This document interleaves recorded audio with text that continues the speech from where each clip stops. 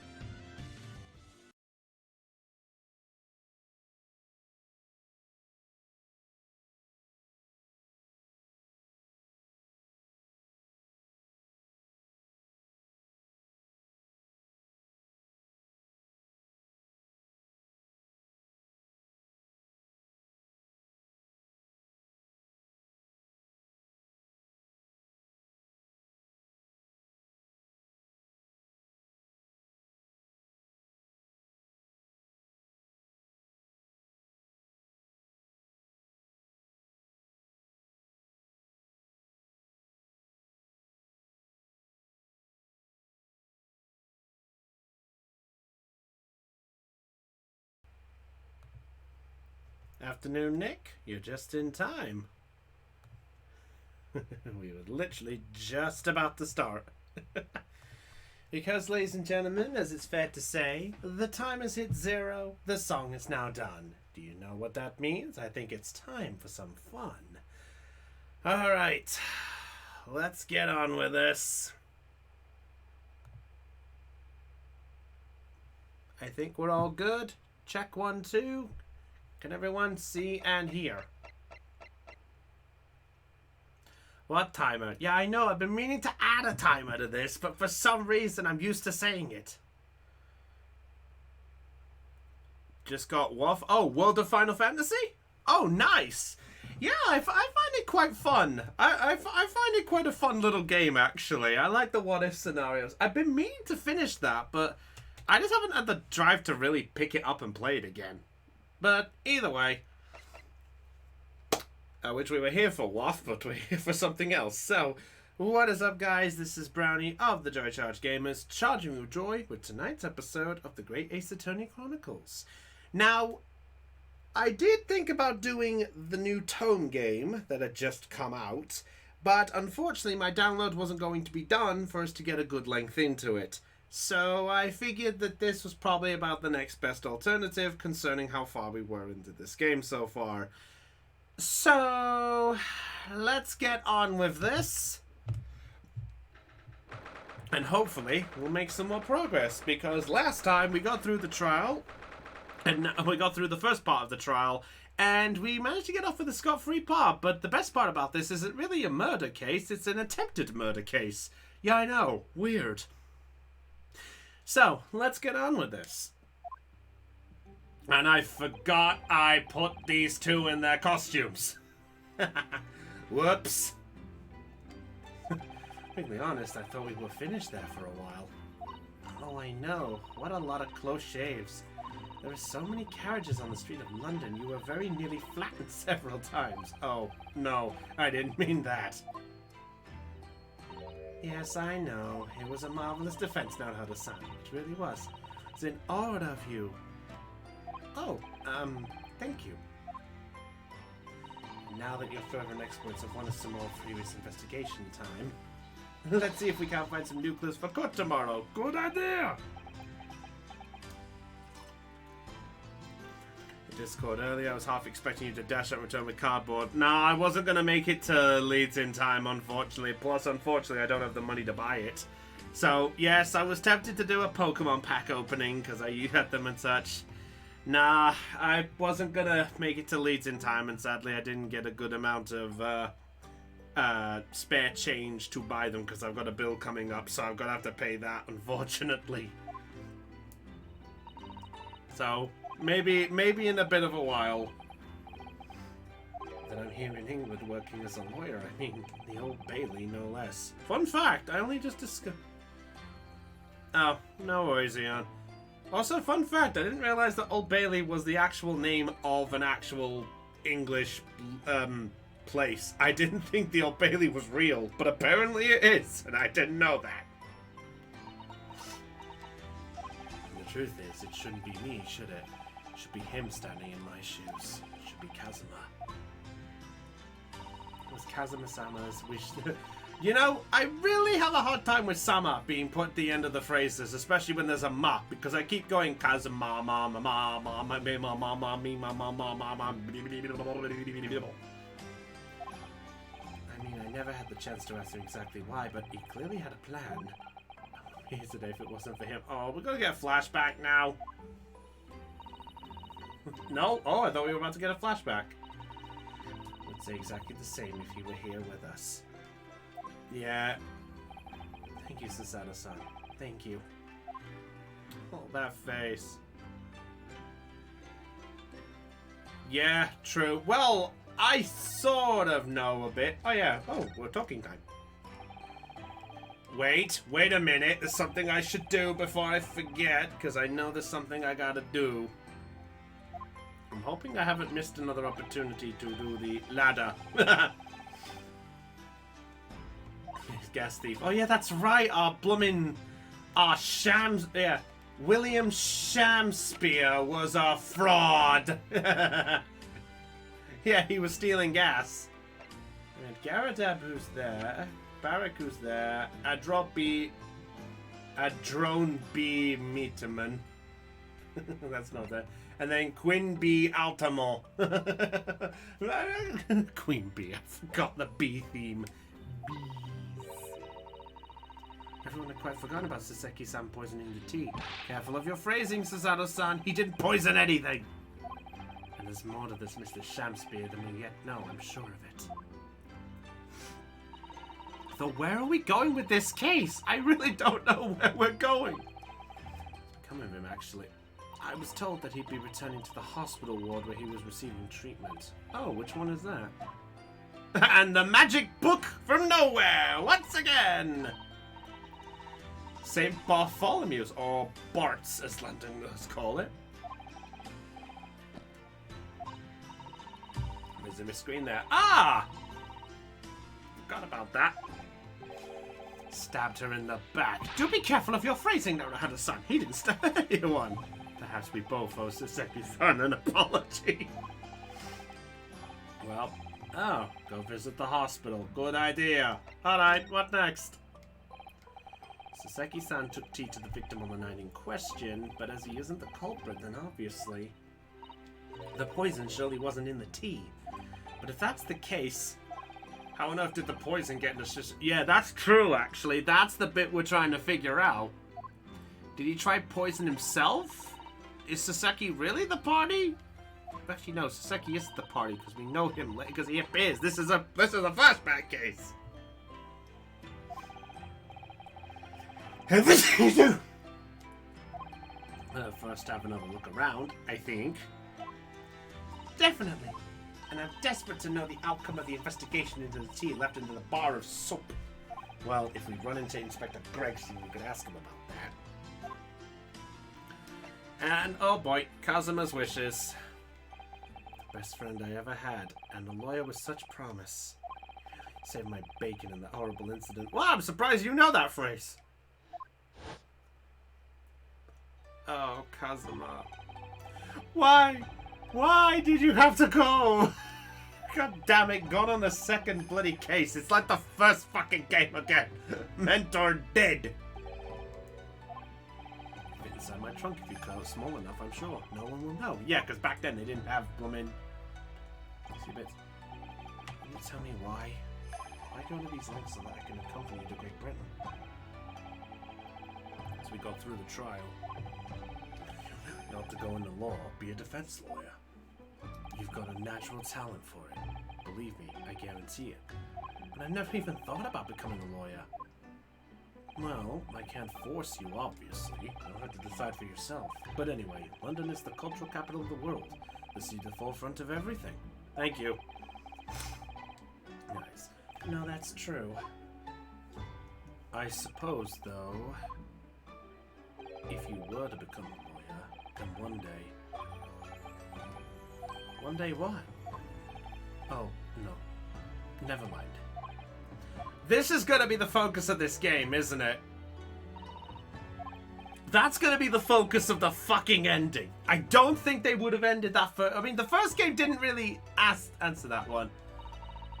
Thoughts too. To change the Japanese judicial system for the better. That was his dream. And that's why he so desperately wanted to come to Great Britain to study, of course. Yes, that's right, but... Yes, I do wonder if his true intentions lay elsewhere. What? I don't know. The thought just takes hold of me every now and then, that's all.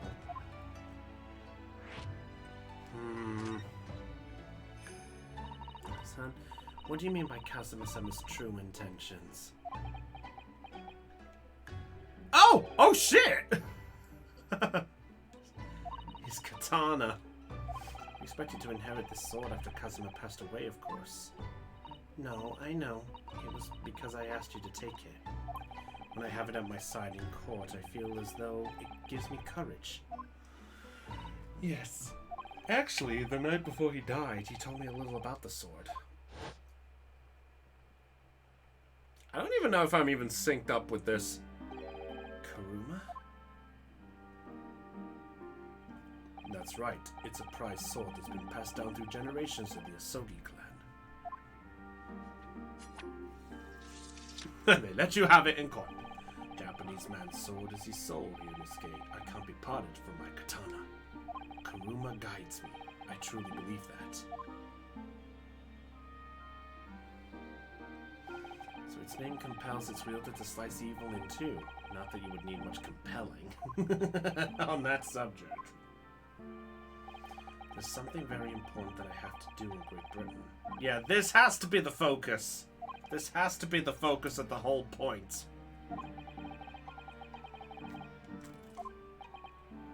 Of course I will. Whatever it is, I'll see it through to the end with you. Senpai. And my drink is bloody going through the cup. I think I shall now be sick. So I gotta be careful of that cup, I know. What did he mean by something very important that I have to do? I had hoped that the answer to that question would become apparent when we arrived here, but as yet I've not found a single clue. What do you know? You know something. You know something. I know you do, Susanoo.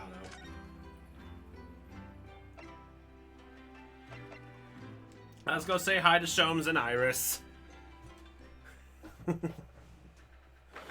22nd of February, Shomes is sweet. Hey! Hey, what are we doing, Iris? Iris, you're in fine spirits as always, I see. I am, and you look as immaculately presented as ever, Susie. Well, I'm wearing your dress. Couldn't have come at a better time. I just made a pot of tea. I'll set some cups. Really? Thanks, Iris. But actually, what is that foul smell? Oh. Turn it off. Where on earth have you been? We've been in court? Oh, for Mr. Mustache's case. That was today, was it? Sure, I mentioned it only yesterday, Mr. Shomes. I'm sure you think you did. Well, we can laugh about it now. So tell me, how did the trial go? Reasonably well so far. We managed to escape without a guilty verdict, at least. Really? I would have liked to see it. And I must pass the time of day with Mr. Reaper again. It's been too long. Is Lord Van Sykes an acquaintance, Mr. Shomes? Naturally. There's not a person in the world who doesn't know my name, Mr. Naruhodo. Not quite what I asked, but still. Yeah, he didn't agree on that. Mr. Shomes, whatever is that odor? You know, what is it? It's faint, but absolutely awful. Ah, indeed, that's the scent of victory, my dear fellows. Victory in science. Oh, dear. All right, I'll bite. What's he up to now? Okay. What have we got? Oh, the Barak Van Sykes. Yes, it's an interesting sobriquet he has, isn't he? the Reaper of the Bailey. As the legendary prosecutors fought for someone's conviction, that person is doomed. Even if he or she is found not guilty by the courts, sooner or later, the hapless soul will vanish from the capital.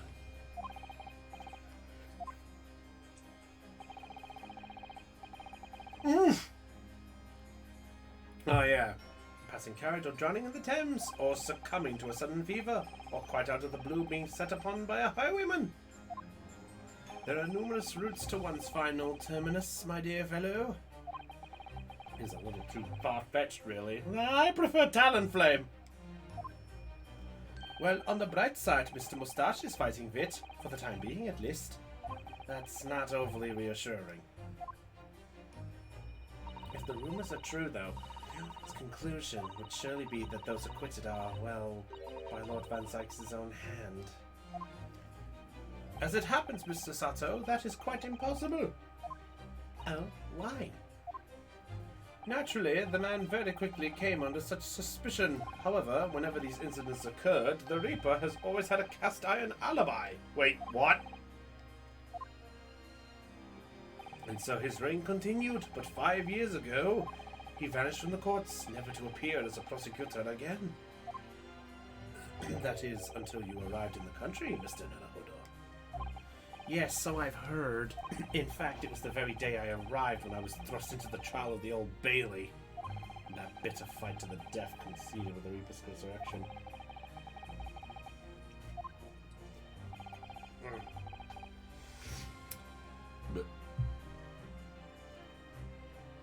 Let's see, new Scooby-Doo Miss Courage. Oh yeah, I heard about that actually. How is that? I've heard a bit about that one.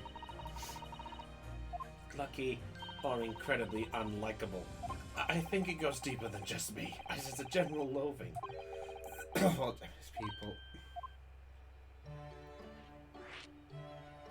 Get the foul smell out the way first. So what is that indescribable foul smell?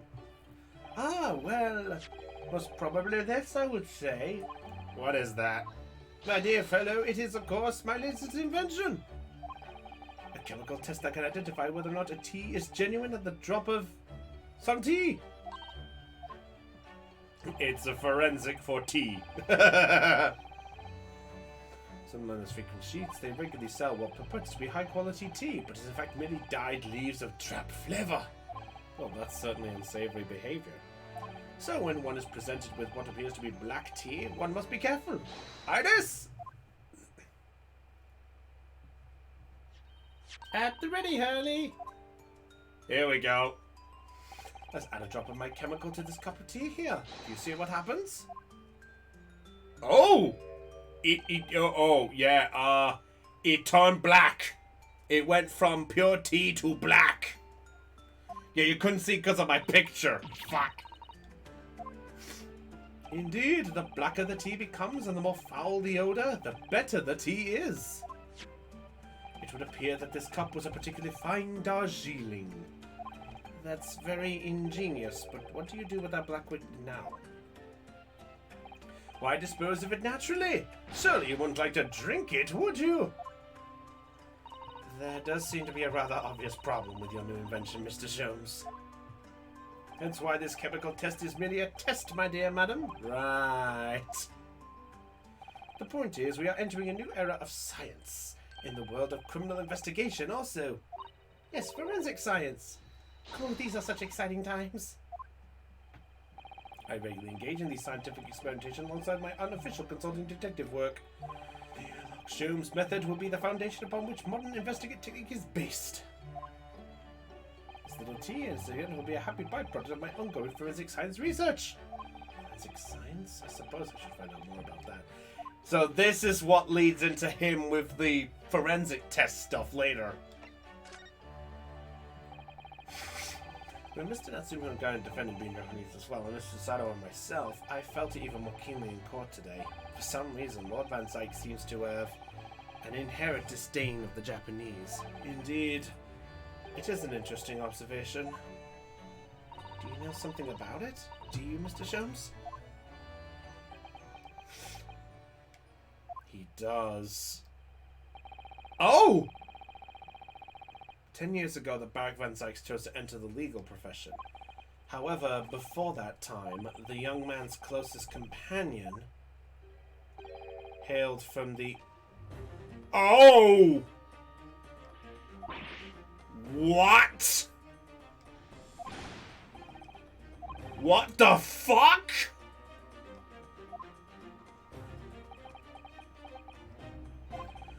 They made it clear before.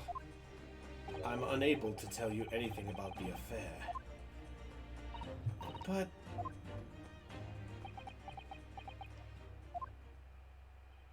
the veil will be lifted on the events of the past in due course, I have no doubt. For now, however, it is Mr. Moustache who is most deserving of attention, I believe. What the fuck? What the fuck? Forensic science? Indeed it is. An essential tool in my cases that hinge on the knowledge of whether some tea is of high or inferior quality. Not a huge number of cases, then. A more practical example is required. Fingerprints? Not yet accepted in our courts as evidence, I might add. Really? We are dragging our heels there? Hadn't even heard of them until recently. Which is partially why I undertake research in this field myself, of course. Does that mean you're studying fingerprints, Mr. Sholmes? There are others in that field already, and I abhor the company of inferior minds. No, what I am researching is skin prints. Skin prints. A nomenclature of my own design is this chemical agent that it makes possible. It instantly reveals objects touched by whichever person is under investigation. As long as it doesn't turn everything completely odorous and black. I assure you, my dear fellows, this is my forensic talents in action very soon indeed. Okay, good to know. To the scene and see if we uncover any new clues. That's the spirit, Bruno. See you later. Yes, until later. No, Mr. Sholmes, we were thinking you'd come with us. You would? Yes, of course. You said just a moment ago. You said we'd witness your forensic talents in action. Ah, yes, I do recall saying something along those lines. True. Go on ahead. I shall be sure to follow you later. In all likelihood. Probably. Maybe. Well, I might. Your commitment astounds me. Okay, we'll look forward to his arrival.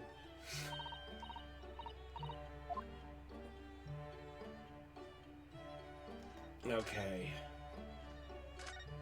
Any new stuff on the board? Nothing on the board. Sholmes is back at work.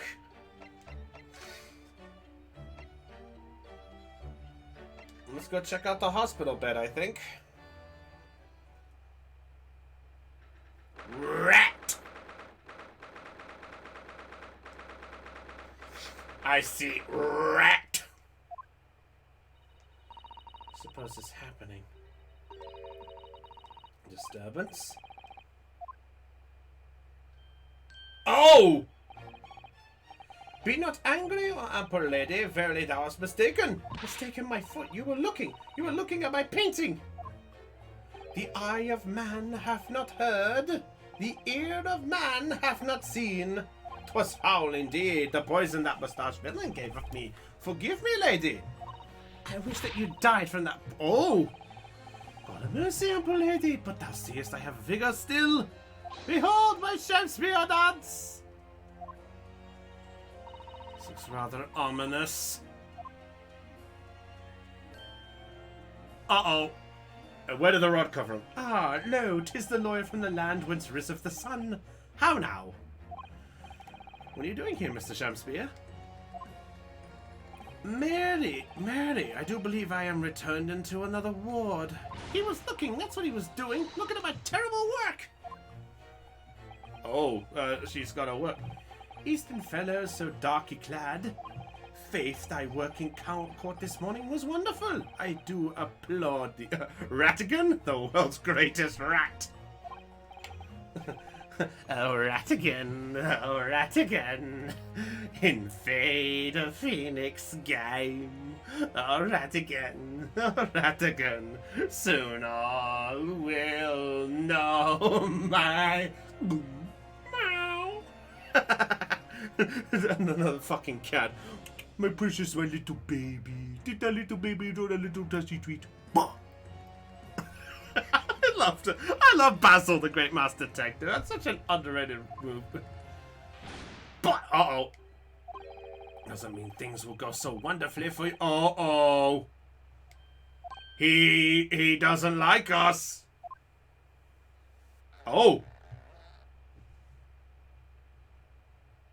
Oh, he straightened his rod. And on exhumed. We triggered him. Technically be the victim in this case, but there's definitely a lot more to it than that. What the fuck is going on here? I'm so sorry. I'm such an awful person. Miss Green, is everything alright? Oh, yes. I mean, don't worry about me. They're about to discharge me, so I must get ready to leave now. Oh, I see. I'm delighted that you'd soon be well enough to go home, Miss Green. Oh dear, you're too kind. I don't deserve it.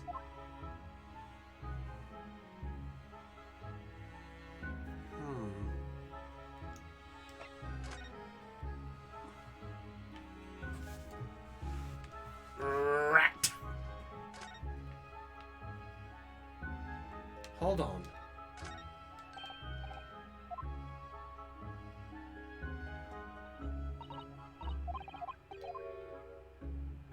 I have a hunch about something.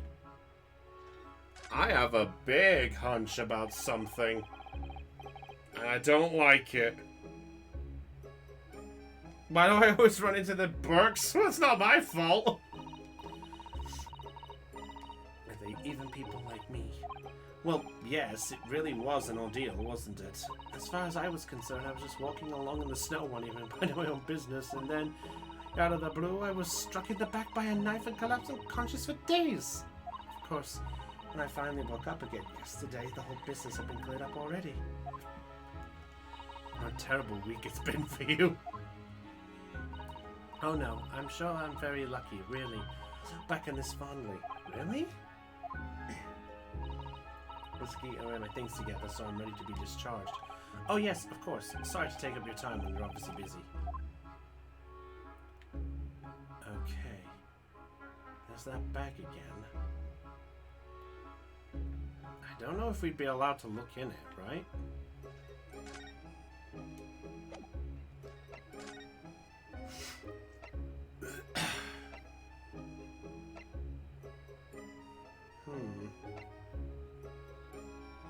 This is for some time. You know what? Let's check the prison. Let's go check on our big hunky dory. There he is, Mr. Bundle of Sunshine himself. Soseki. So he is Mr. Natsumi. Hello.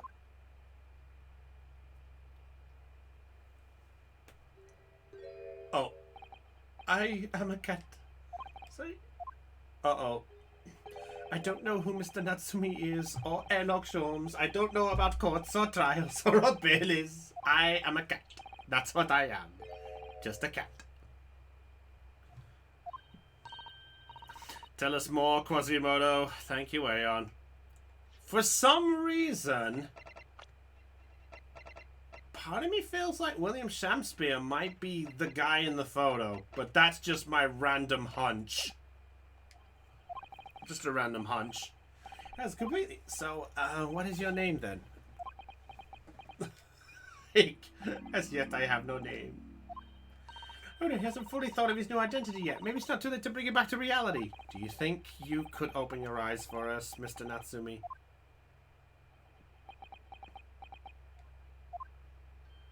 Hey! Soseki-nyan!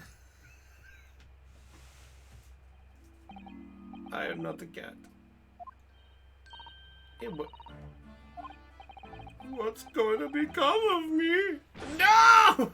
Don't answer that! It's obvious! My accursed soul is never going to escape the accursed face. So no, this morning's proceedings in court prove that there's hope. Yes. Lockham student Mr. Naruhodo Esquire was brilliant, but the Reaper is omnipresent in court in my lodgings! Here, there, everywhere! What's he looking straight at me for? I should discuss. Oh, yes, we must. Okay, let's get our info. First, the trial. In my whole life, have I ever been so moved as I was today? No! Of course, if I cast my mind back, there were perhaps one or two other occasions that moved me more. But if I just block those out, then today, being in that courtroom was... It was the most moving experience of my life, Lockham student Mr. Naruhodo Esquire! You're too kind. Sneart found the remaining tea, just as we deduced, and are analyzing as we speak. Oh, with that tea, they won't find a drop of poison in it. That's a solemn swan Sasaki certainty! Tell me, did you both drink the tea at the same time that night? Oh yes, most definitely. Remember, drink tea while it's hot. We both poured it down our throats. It was a hot bath for our bellies. And at the time, you were both completely fine? As shown by the fact that he and Mr. Shamspeare then engaged in the Romeo and Juliet match. I suppose how the poison was taken. I love that look of Saseki. That's other than Shamspeare. What have I ever done to him? You don't recall him taking issue with you over anything you've done recently? I've been holed up in my room immersed in books. Call anything. Anything at all! I don't understand is why he didn't let me know sooner. You know what, Mr. Natsui? About the soap, of course. What else? Oh dear. Are you struggling with such a meager stipend? Of course I am. If I had money, I wouldn't have chosen to live in a constant existence as an accursed lodgings. So because it's got the place is cursed that's cheap, didn't you? Exactly. Especially the room that I rent. The spirit of that capital offender who lived there still haunts the place, and it's trying to kill me! Capital offender? Might I ask Lockham student Mr. Naruhodo Esquire the next time you visit me? You bring scores of super soft soups! Oh boy.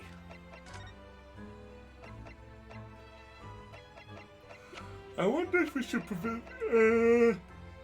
present the soap? Oh, there we go. There's the soap. Oh, there it is! That lathery lowlife that took my neighbor's life and sent me sliding into depths of despair! Soap.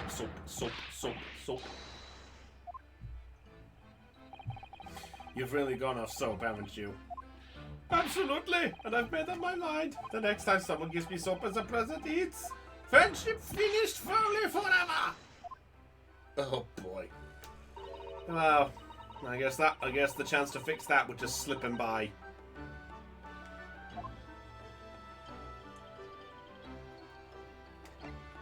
Okay. Try the envelope.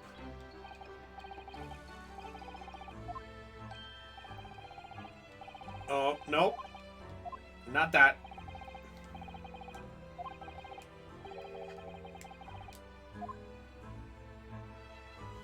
Okay, that's not what we wanted.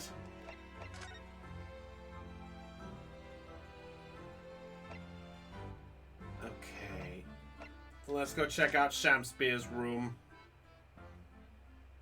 Also check the scene of the crime. Well, if you call this a crime. Ah, Gregson! Yeah, Inspector Gregson. What are you doing here? Well, we were hoping to have another look around, actually. The defendant has a right to examine the scene, as I'm sure you're aware. Yeah, I know the score. Oh, it's one other thing. The soap on the ledge outside the window. Did you find it? With the tea in it? Yeah, we found it all right, and there was a small amount of tea in it, as you said. I knew it. It's with the identification section of the yard now. They're looking into it. The results should be available later today. Well, that's good, at least. Gregson. Pretty impressive performance in court this morning. Sorry? Nothing. Forget it. Just make sure you don't disturb anything in here. Was that a compliment? He generally was giving us a compliment. Teacups from which the two men drank on the ill-fated night. During the heated literary debate, yes. Who's stronger, Romeo or Juliet? Oh, look who just showed up! Let's hope it stays that way. And look who just turned up!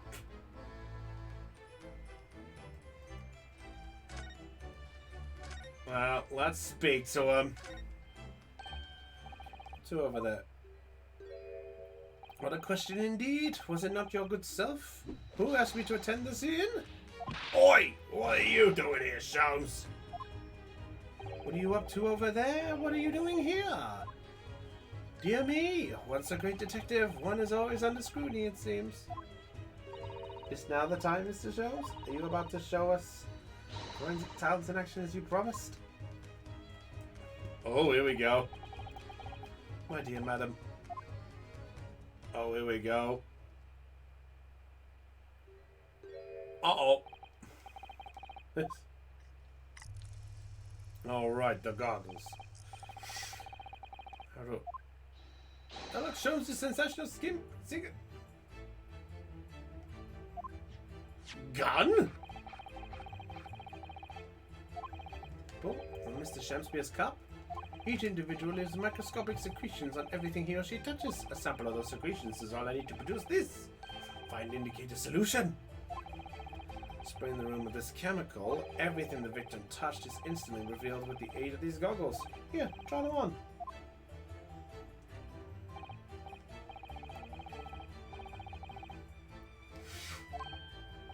How do I do that? Oh, here we go.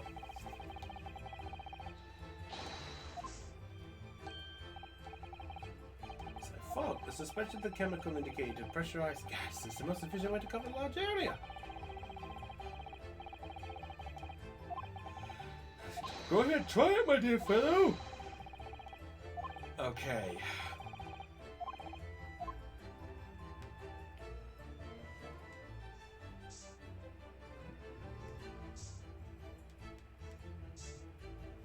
Interesting.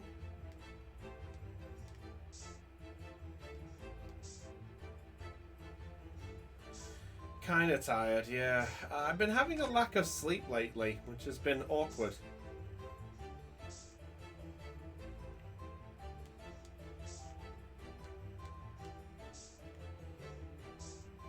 Okay. Holy!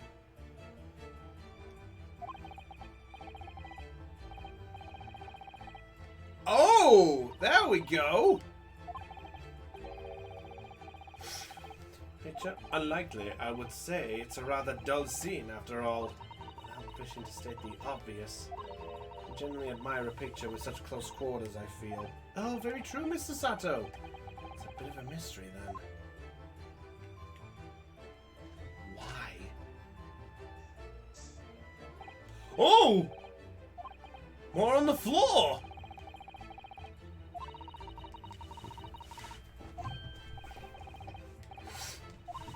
Obviously, you would have tripped over, though, is there? No stumble when there's nothing obvious to trip over. I think that's something only a great detective would do, Mr. Sholmes. Handprints all over the floor.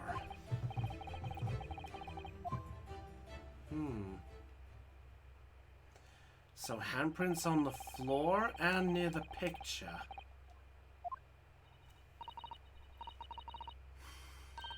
Particular that of interest, I would say. The patch on the floor and on the wall.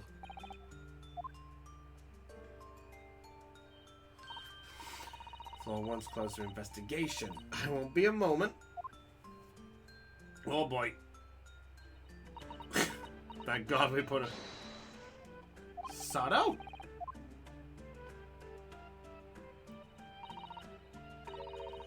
Oh!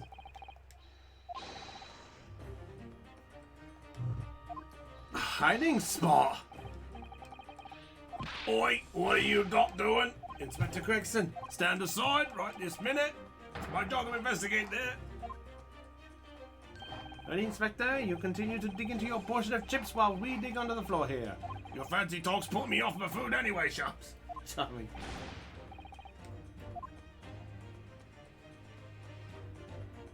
Oh.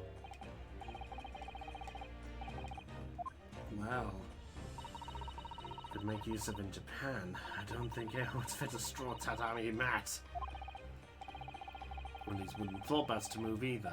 It's got me wondering about the wall over there too. Are you curious?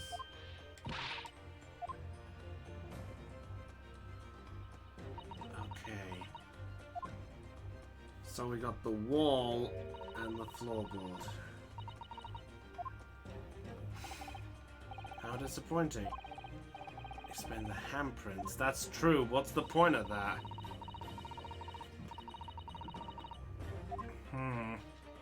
Oh! There you are. A print for you. Oh, good on you, Sholmes. Thank you, Sholmes. Prints too? I wonder if Inspector Gregson found anything on the floor. I'm desperate to know. So am I. I think we all are. Gregson! Is anything hiding underneath the floorboard there? Allow me to ask Gregson now, after all. We're fully acquainted. No. It's been too long. What is it, Sholmes? I thought perhaps you might show me what you found there, seeing as we're such good friends. We're not friends. Wow. Straight through the heart.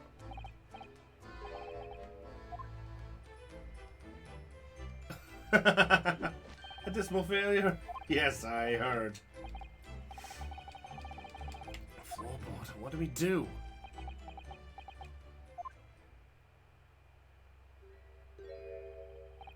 Right then, fair's fair.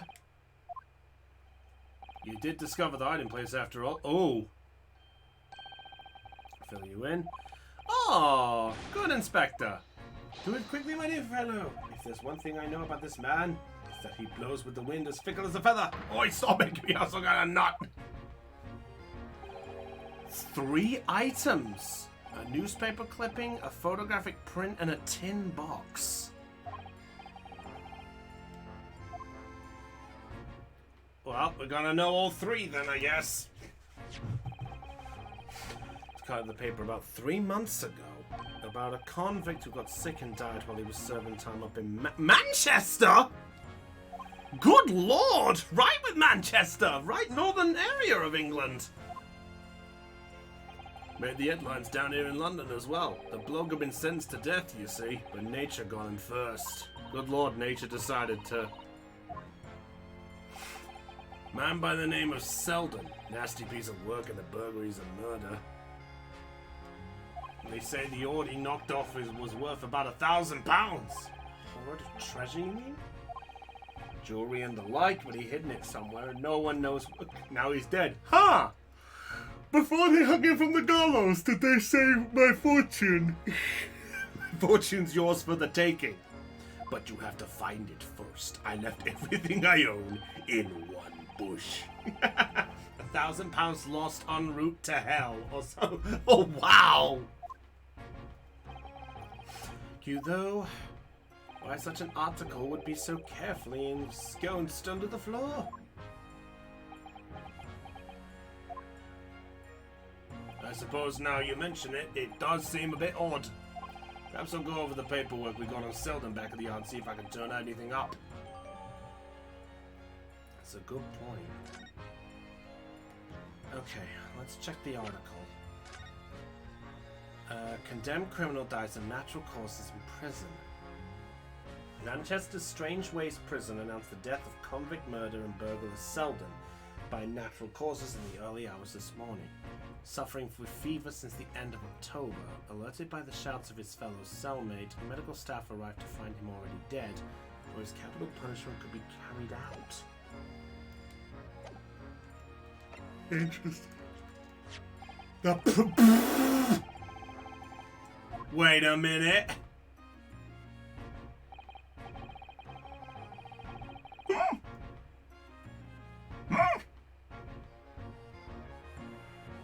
That lad in the green photo again, with John Garadeb. Interesting.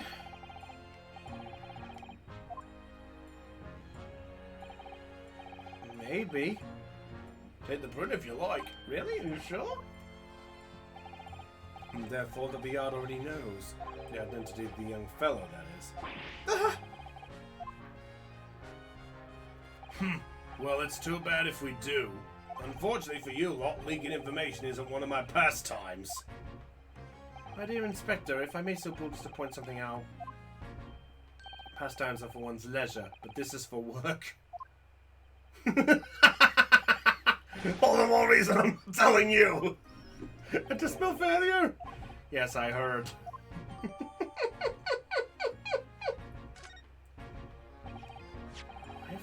That's true. Still rare treasures in the East End. I imagine Mr. Garrett was rather delighted to have been immortalized. He probably made a proud present of it.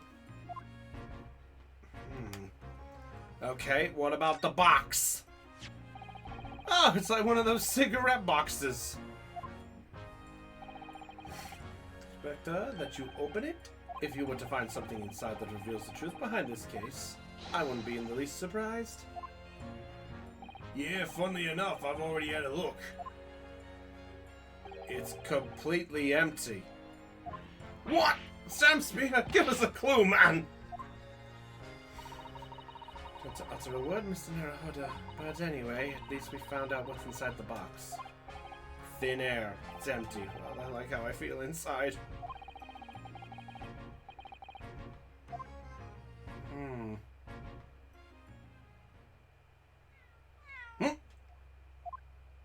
Oh! Wagahai! Oh! Playcat! It's Wagahai! Assuming, isn't it? I don't think we ever asked him, actually. Let me call it, Wagahai. You know, like Mr. Natsumi refers to himself in Japanese. What we got in here? Clever cat. Wonderful. Well then, Wagahai. Here's something delicious I brought for you from the cat's meat man. Meow. No! No! Oh! Oh! Now he's asleep. No sleep. Perfect cat. Zona 2. Oh, and Wagahai's awake, and he's kneading the floor. He's kneading the floor. Can we knead the pussycat? Oh, no. Nothing particular. No, no, no. I was supposed to select the cat.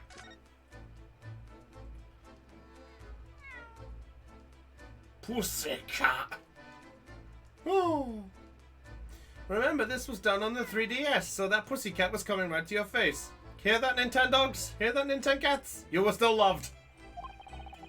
Yeah, Wagahai? Oh, he's so adorable. I could sit and watch him forever. I think he may not appreciate that after a while. We have an investigation to get back to. Okay, good to know. Oh, we should probably check the box. No heat.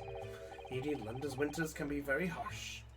That's true, but if you think about it, even the wealthy would find themselves freezing if they ran out of small change. London's winters can be very harsh for the forgetful too, then. If a meter at Baker Street, let alone a gas stove. Yeah, you might want to look into that. Looking dropping out the ice coins. Yep. Ah, that's a true meaning to cold hard cash. Ha! suppose it was an ingenious idea. I'll give him that.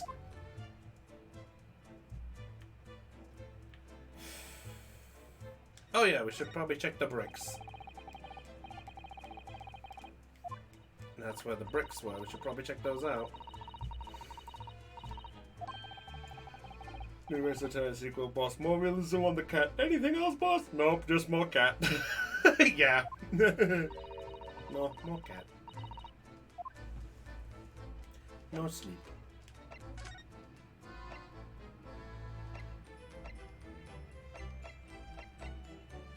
Okay. Well, apparently prison's got something else new. So let's go check out prison. So apparently there's something we need to show him. It's gotta be this, right? Nope.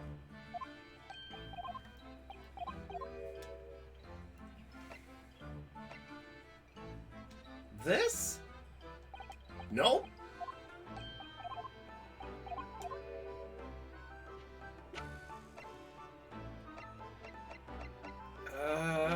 The box? I don't think that'd be dumb. Wait, would this really be back to as simple as this again? Oh, there we go. Back to the receipt again. It occurs to me now that it was those confounded books that saw me arrested. Ah, here we go again. Pennies on them. That's the thanks I get. Now I don't know when I'll read them. Not when. If I may very well hate them too much to ever open the covers. I don't know that we can blame the books for everything that's happened, Mr. Natsumi.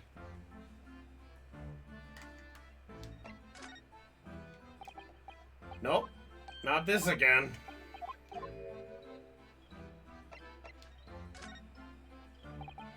Okay, was that really all I needed?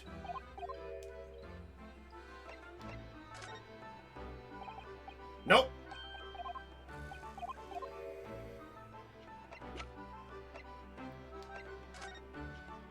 Oh shit! Okay, it was the newspaper clipping. Found in Mr. Shamspeare's room. So he... Wait, what? This man Selden, a convicted killer, and the evil spirit... Oh! What?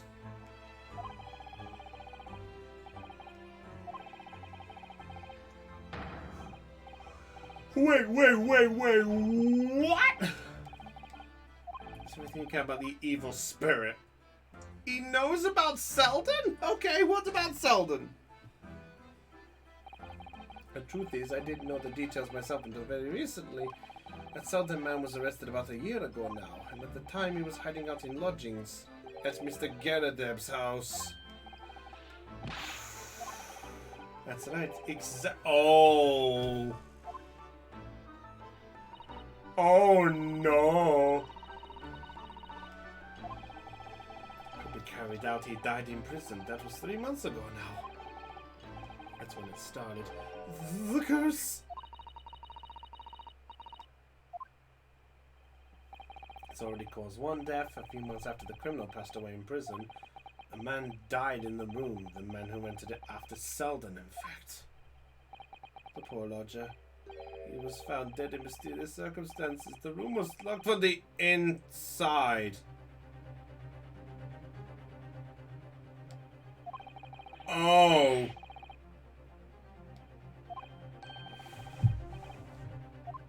This curse. Yes, well, that was the start of it. The start? Where does it go from there? How long before he passed away, Mr. Natsumi? The official cause of death was asphyxia. When they discovered the body, the room was full of gas. Found out that after I'd signed the lease, when Mr. Garadeb came to tell me later, I couldn't stop myself trembling. In fact, if I'd known beforehand, I probably would have been too scared to take the room. Landlord's lease luckily legal!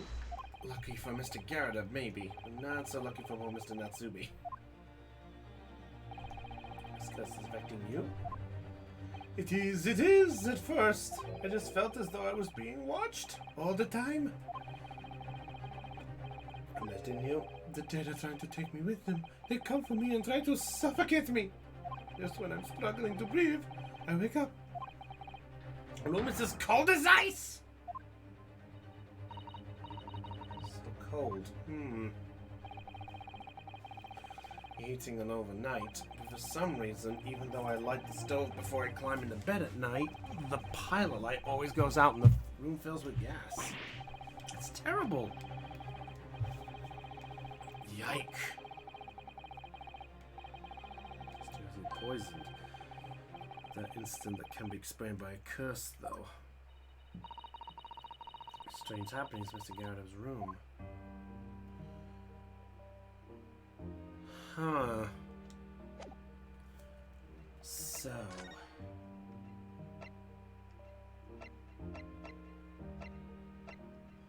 Well, now I gotta visit Garda. Well, I guess it makes sense. He wants to know more about the curse, the gas.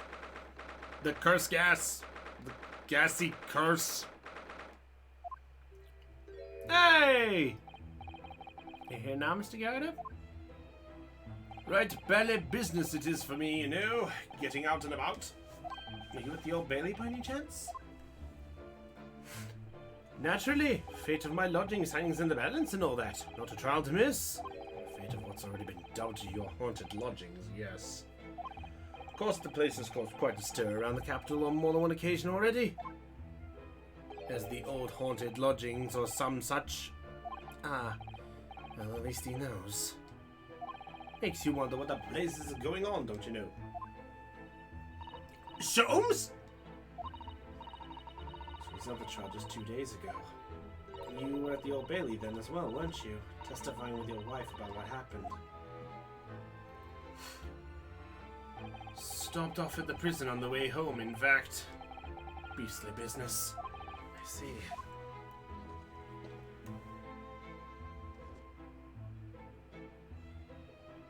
So, what brings you to my haunted abode today, eh? Oh, God bless him. I kind of feel a bit sorry for Mr. Garrideb, in a weird way. He's not a bad guy, to my knowledge. Some fishy fellow from the Far East and a failed actor, chap of questionable character, eh? Yes, the house does seem to have become something of a magnet for rum fellows of late.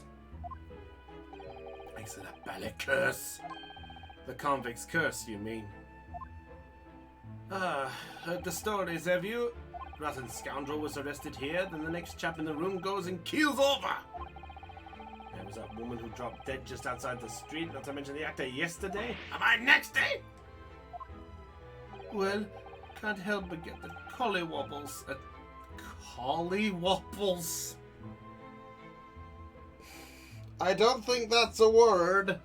If it is, it's one I've never heard of. On the street, do you mean Miss Green? Because Miss Green, who was stabbed by the knife, and Mr. Shamspeare was poisoned last night. Both very much alive still. Yes, well, so is that blasted convict's curse, it seems. Personally, I should be quite content with such lodgings. A bath, a toilet, a fireplace, a fascinating history. Why, it sounds like the lap of luxury. Hang on, you redeemed the tormented points button. Why? Thank you very much, dude. Well, there's no bath or toilet included and no fireplace either. But you do look out for your attendants, don't you? By watching the rise and fall of the lamps in your guest lamps up here. Yes, never hurts to keep an eye on things, in case there are any mishaps or such like. Up already, sir. Ha ha ha ha! That's not helpful, Mr. Sholmes. Forgive me, the words just came out to my lips. What about the lodgers? Some fishy fellow from the Far East and a failed actor, chap of questionable character, eh? There's no need for that, Mr. Garrett. The same line. He is undeniably peculiar, however. Is it right that he took the vacancy immediately after the previous tenant passed away? Yes, that's right. I asked the estate agent to find someone and he popped up the very same day. Never came across a chap so keen for a place with background, as it were.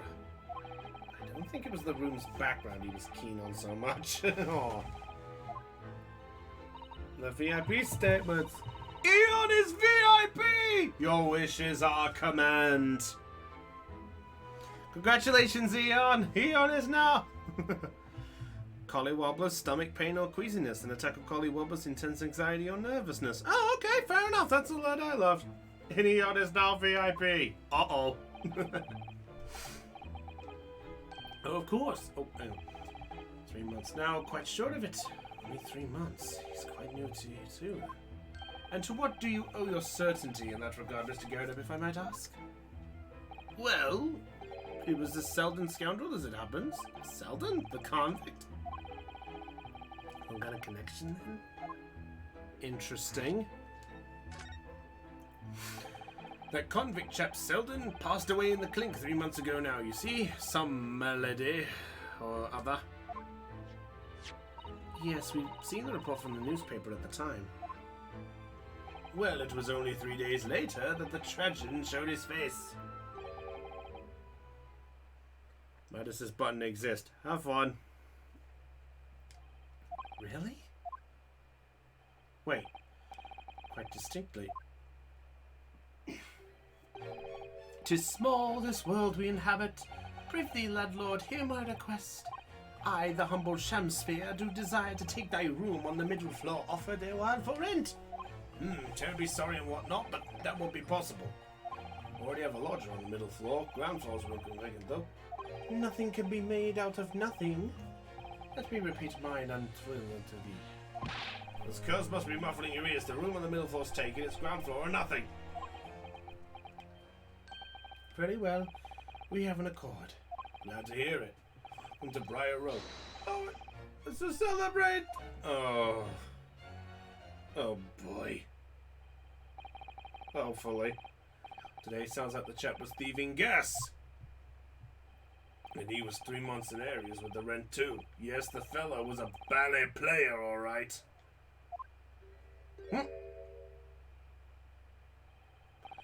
For your candor, Mr. Garda, we are most grateful. By way of appreciation, allow me to say 1 or 2 words. Huh? Give me my robe, put on my crown. I have immortal longings in me. What's happened to you? Shakespeare, my dear fellow, one of his most famous lines. Really? That's not the one that normally comes to my head. Devote my own learning of the subject, for I have a turn to literature too, you know. Perhaps you could turn your attention to more apt lines then. Alright, I presume we gotta present something to him. I haven't really checked everything here. You know, the screen is hiding now. The aftermath of the fiery altercation the other day. Don't suppose I'll be able to clear that mess up for some time now. Oh, the fire. Well, I'll say, people talk about twists of fate and whatnot. This is a twist and a half, a rotten show all around. He's clearly struggling with everything that's happened. God bless him. God bless you, Mr. Garadeb.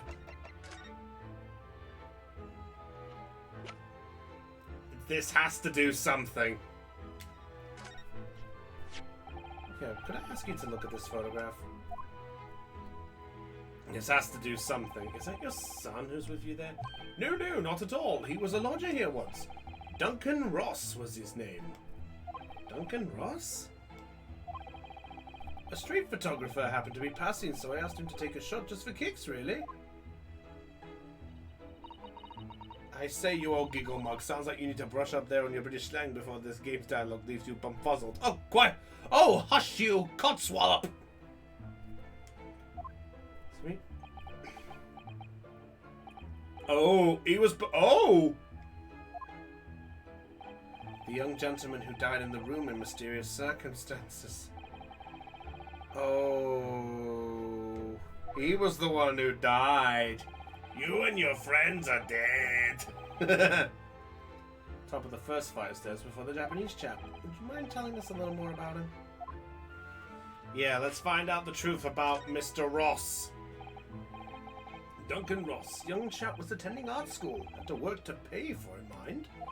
Moved into the middle floor room about a year ago after that criminal Selden was arrested. Young students are always on the hunt for rooms with a history behind them.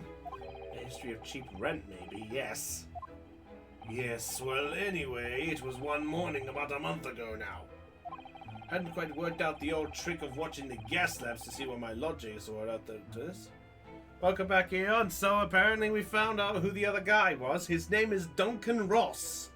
That's the name of the guy who was in the photograph. So yeah, this young man is Duncan Ross, who's a photographer. It was rather tardy to discover what had happened. The smell of gas that alerted me it was. Ah yes, Synopus with the smell of death. Called the police straight away, of course, and the officer kicked the door off its hinges. But once we got inside, we all barely collapsed.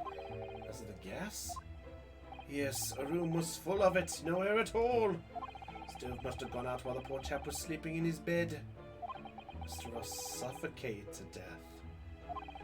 The police gave me a sound ticking off because the gas pipes were so old and all that. I can't tell you how much it set me back to have the lot replaced all over the house. And Mr. Natsumi says the same thing. That the stove goes out at night while he's asleep in bed. Well, that's bally curse! The convict's curse! I've done my duty as a landlord now! Someone's feeling defensive. Understandable? Ah, that reminds me, actually. Yes? Oh, about young Duncan. The night before the poor chap perished, he'd been writing a letter. A letter of affection to a young...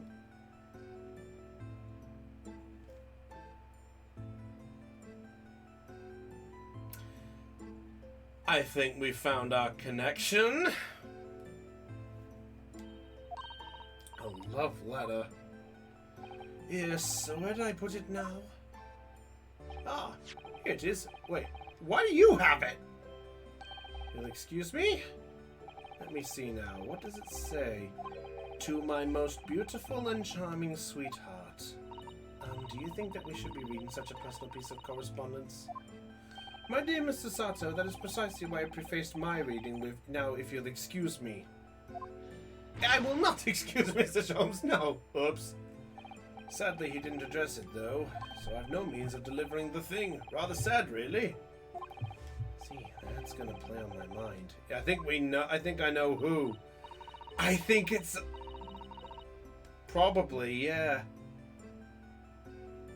I've got a funny feeling the sweetheart was Miss Green. Because she had the photograph in her room. Remember?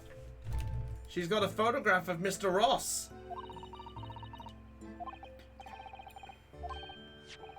Recipient's address is missing. However, there is a name attributed to the man's most beautiful and charming sweetheart.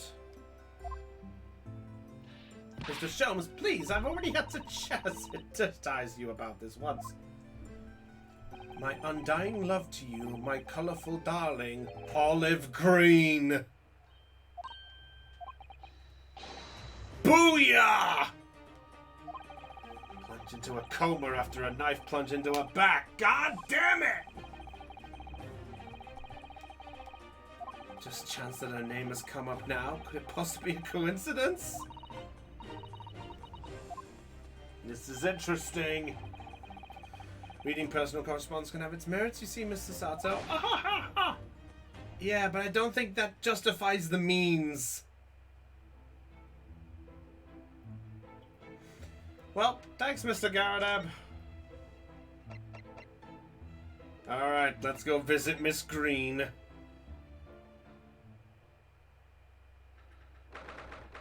Well, stuff is still here. St. Bartholomew's Hospital.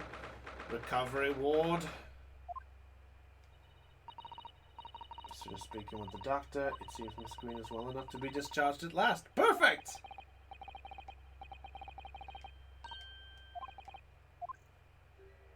Oh.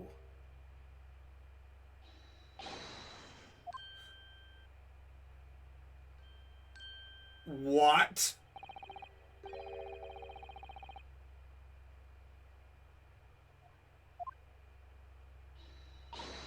Moment, I'll be with you in a jiffy.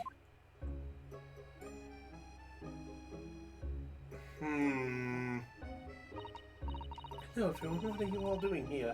The doctor has said I can be discharged, so I'm just getting my... This is the achievement.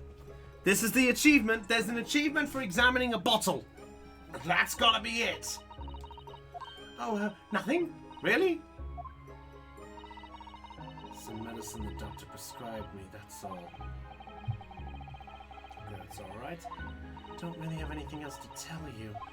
Alright, she's definitely behaving strangely. Let's see if we can't coax something out of her. But first... Bottle.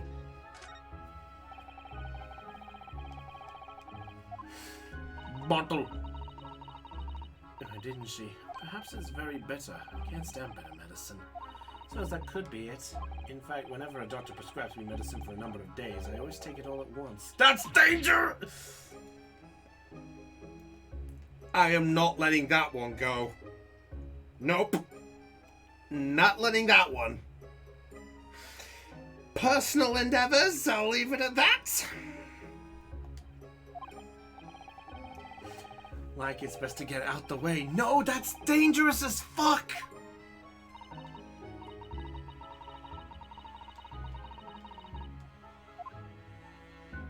There we go! And what about a card? So no, we shouldn't be peeking at a young lady's private effects. Right, I should say peeking for gentlemen's effects only. You mustn't do that either. And maybe you, Mr. Sato, shouldn't be peeking into a young man's eye. Good to know! Speak to the discharge. Oh, yes. I mean, thank you. Once people are better, the hospital staff don't want them lingering and wasting space. Not people like me. Hey, don't be like that! I think I should keep anyone waiting. I probably shouldn't stand around and chat. She certainly doesn't seem to be in the mood to talk, that's for sure. So we gotta present something. There's something we gotta present. This? Bingo! Ross, you knew him, didn't you? Oh! Oops. She fainted! Or collapsed, or what happened?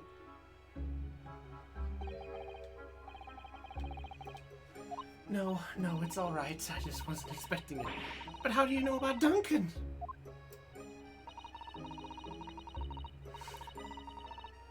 And I found it in his room. It was a very personal letter to you. It was at the art school. Oh! Met Duncan a year ago now. He was working to fund his studies. He dreamt of becoming a professional artist one day. Two of you just became romantically involved. Oh! In love, we were engaged to be married, actually. That's why I decided to move into a cheaper room to save money for the wedding. Oh! Garadebs. Yes, he told me he found the worst but cheapest room in the entire East End. And then 1 month ago, that's when it happened. We're so terribly sorry. Oh my god. It's all in the past now, I suppose. I don't think we should... I was starting to think that's just her look. But now I see that she has every reason to feel the universe is against her. That makes perfect sense. Wait, the rat moved! I have to leave the hospital soon. Oh, I'm so sorry. We didn't mean to hold you up. Of course. We'll be on...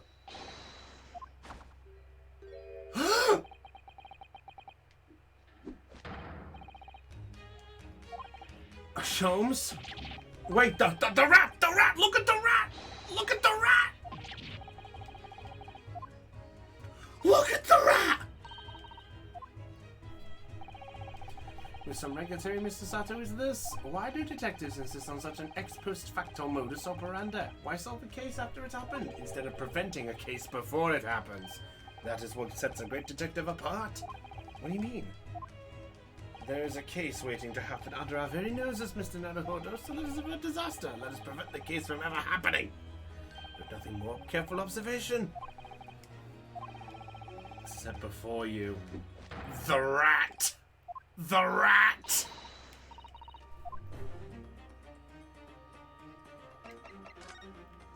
The rat! Oh, mouse, rat, thing. I think perhaps it drank the medicine that spilled out of the bottle. But that's the bottle that Miss Green was about to drink from when we arrived. You don't think... Oh no. Appreciate the true nature of this scene. That of a tragedy about to take place. I think it's falling into place. Before a spill on the floor, on the poor mouth. No!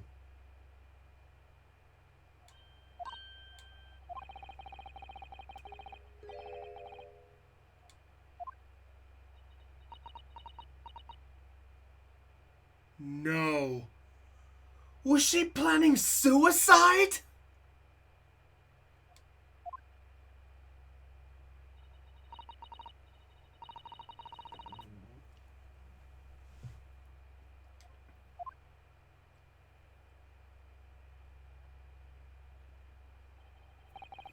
Miss Green, were you intending to go the same way as the rodent? To take your own life? Once we'd left, you would have put it to your lips again, wouldn't you? And taken the poison. Oh my god!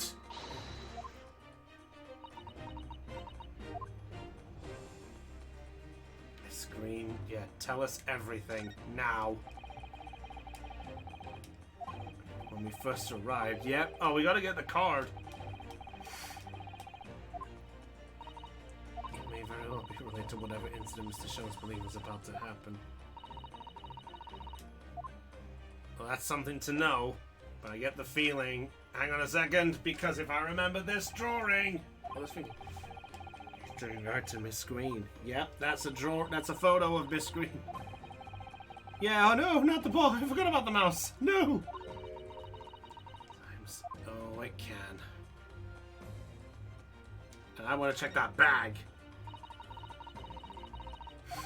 Been brought directly here after she was found stabbed on the pavement. Yeah, so, okay, yeah, check the book, check the book.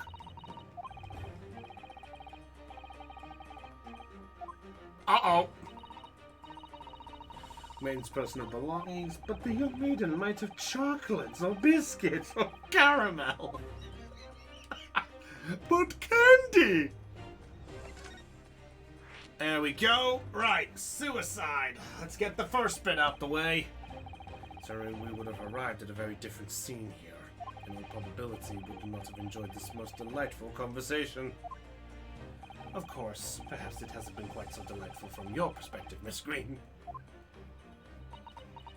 Where the hell is this going? Actually, in a way, now that everything's out in the open, I feel like a weight's been lifted. Tell me, how did you acquire that medicine? That's a good point. Well, with this being a hospital and all, when the doctor comes to examine me in the mornings, he always leaves the medicine cabinet open for a while, so I snuck this out when he wasn't looking. It conspicuously lacks a label. I wonder what it contains. I'm afraid I don't really know, but I thought if I drank it, it might just stop the pain somehow. Oh, this is horrible.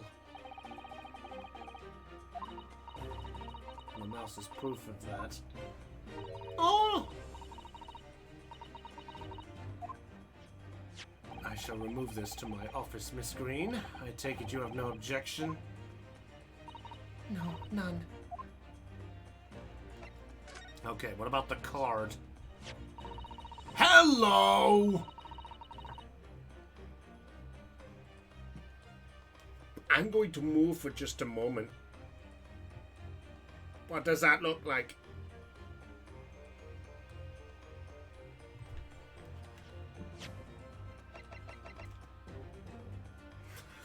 Booyah! Beautiful. Home the day before the incident put me in hospital. I have information regarding the death of Duncan Ross. Come to the Slug and Salad on Briar Road at 5 p.m. on the 17th. Don't tell anybody else about this letter or the meeting. It is a matter of utmost importance. He knew something. I think Shamspear knew something about this. The 17th of this month? That's the day you were stabbed! 5 p.m. is precisely the time when the incident occurred.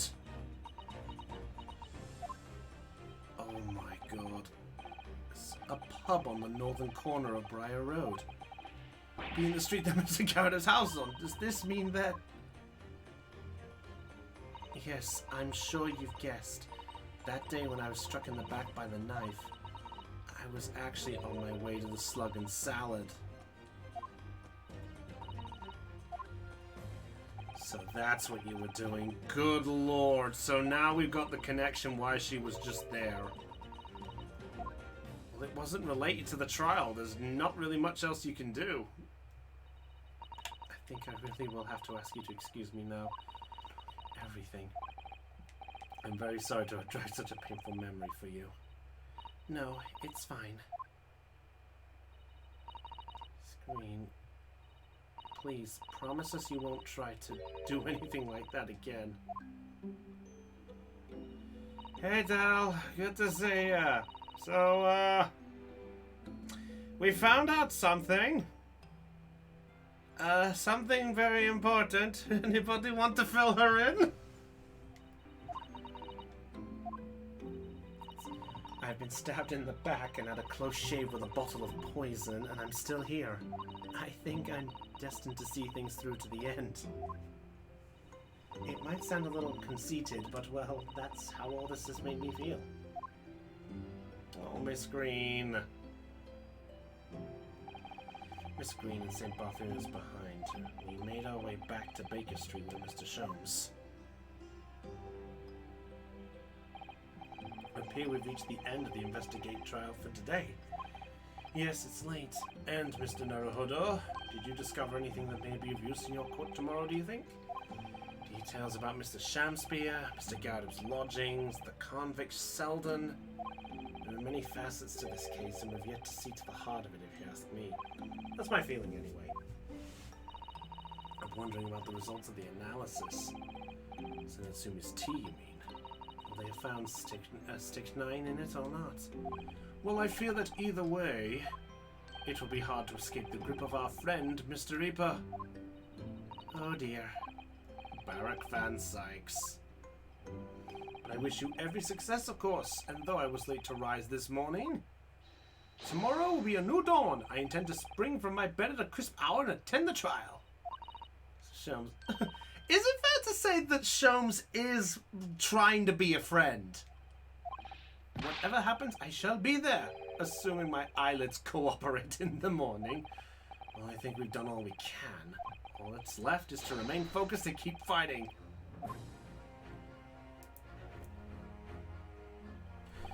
London, the world's most prosperous city, home to some 6 million people. I mean, that's a bit smaller than what it is now.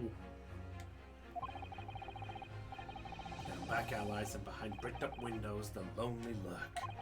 Saseki-san had battled long and hard with loneliness during his many months here, and so I felt honor-bound to battle equally hard for my compatriot to lift the curse that gripped him. As Mr. Sholmes said, tomorrow would be a new dawn for all of us. So, basically, Dal, to sum up a little bit what you've missed, we found out why Miss Green was on Baker Street in the first place when she was on her way on that road for the previous case. apparently somebody knew something about the death of her fiancé. And she wanted to get the info.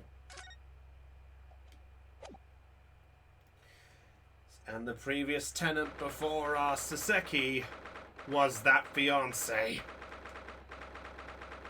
Oh boy. Yeek! Didn't know I was playing Five Nights at Old Bailey. Oh, here we go. Old cat, here we go. He is a cat.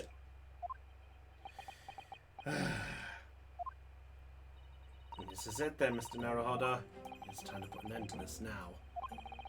I've been plaguing Mr. Natsumi to everything. In my own small way, I shall do everything I can to help you. I appreciate your help, Mr. Sato. Suffering Saseki selfishly sidelined!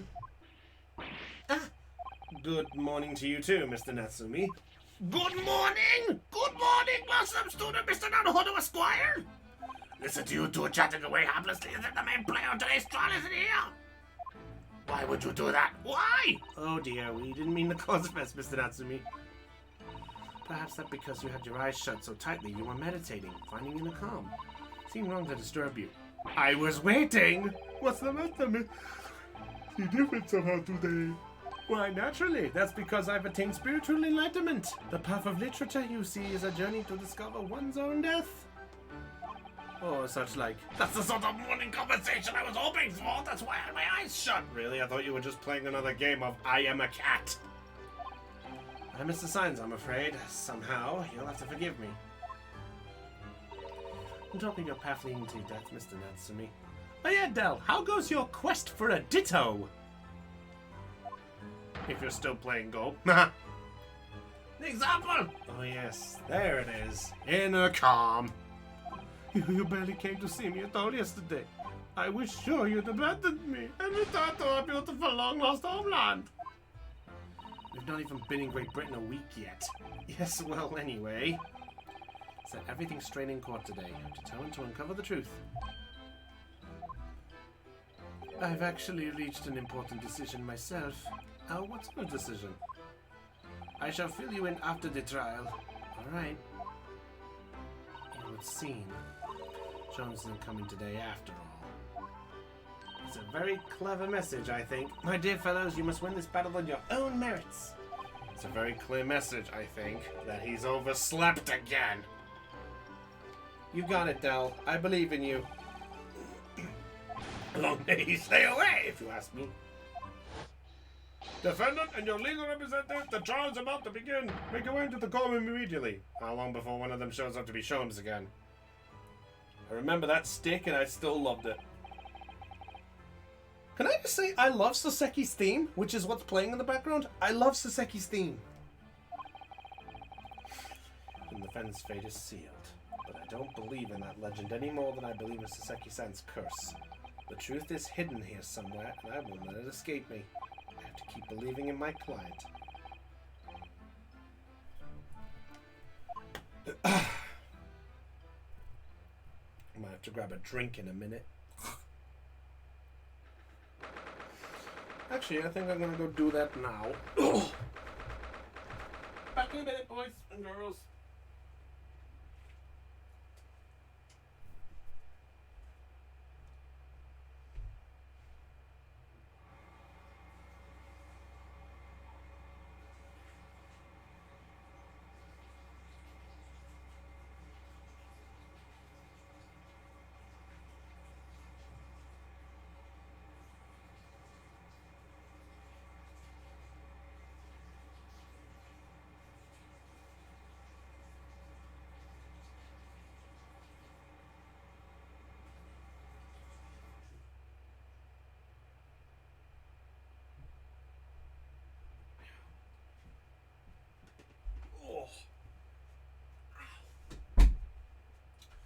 Okay, I am back with a glass of water, or a cup of water to be specific, for those of you who are being grammar Nazis or picky than what I've been. How are you all doing?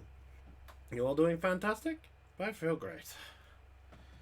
With recent news, I'll confess. There he is!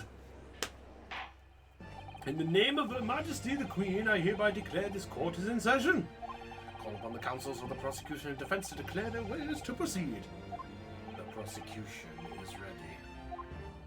Yes, the defense is ready. Very good. Now I call upon the 6 ladies and gentlemen of the jury. People, are you ready to proceed? Absolutely. Justice will be done. You'll mark my words. I feel obliged to say I feel especially ruthless on days when my hat is sitting just right. Oh, well, I wonder if you could adjust my hat for me, and please be ruthless as you like. Thieves deserve to die, if you ask me, especially gas thieves. I've no sympathy for the man at all. Look, I said it yesterday, and I'll say it again now. I don't have time for this. I've got my own problems. Hello, Santa Claus. Towards the light here and lead his flock to a righteous verdict again today. Sykes, what can you tell us? Report, please, for the court. In relation to the theory expounded by the defense yesterday regarding the defendant's tea. So he does have the results. Oh God, he's straight for the glass!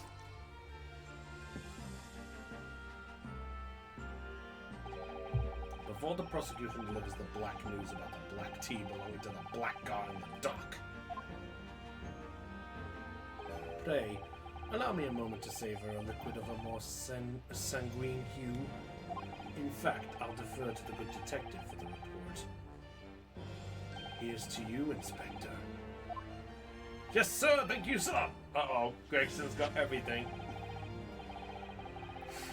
Here by the defense, we found a bar of soap just outside the victim's window in the snow. And there was indeed a frozen reddish liquid in a little depression on the top of it. That's the tea. That's what Mr. Well, the brains of the yard analyze it, and yes, you're right. It was tea. Booyah! There wasn't a trace of... Oh. Uh-oh. In other words, the tea that the defendant brought with him to the victim's room is innocent. It's in the clear. Booyah! Suspected. This makes it quite clear. Objection. Oh, he's still out of plan. Jump into conclusions again. A typical Nipponese reaction. What? Yes, it's true. No poison was found in the few drops of the liquid recovered from the soap on the window ledge. But what logic is that? Would you take a drop from the Thames and conclude that the water in the ocean isn't salty? Well, though it is extremely salty, Counsel. My leg! Exactly. Unfit for drinking, just as the victim... What? Better was the precise word from the lips of Mr. William Shamspeare. Whom the prosecution now calls back to the stand. Oh, Shamspeare's coming up. We're starting with Shamspeare. Interesting. Yep. Here we go. Theatrical friend. I think you mean theatrical thief.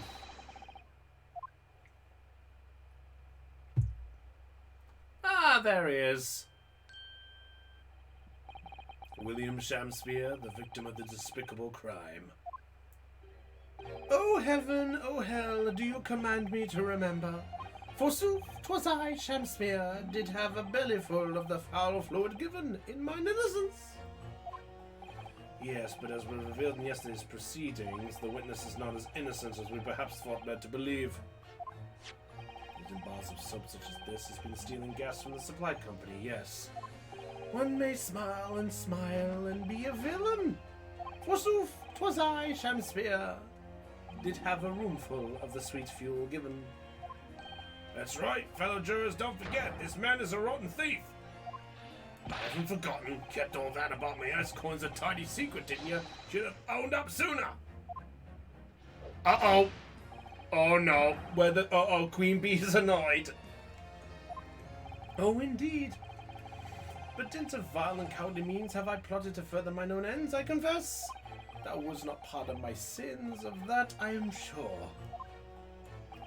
Acknowledge your wrongdoing. What exactly are you doing here? Cowards die many times before their deaths, and for a coward such as I, death be well deserved. But would it that I still greater crime passive unpunished? For lo, the hairy-faced gentleman of farther east than Veronia did contract. What? Objection. Oh, he's still claiming. What the defense would assert is an inconsistency will quickly be. Uh-oh.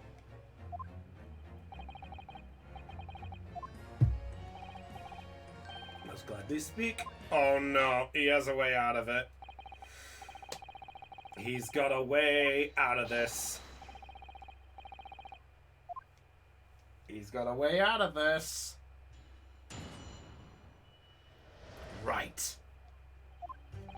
The Japanese man did come to my chamber with tea brewed in a pot.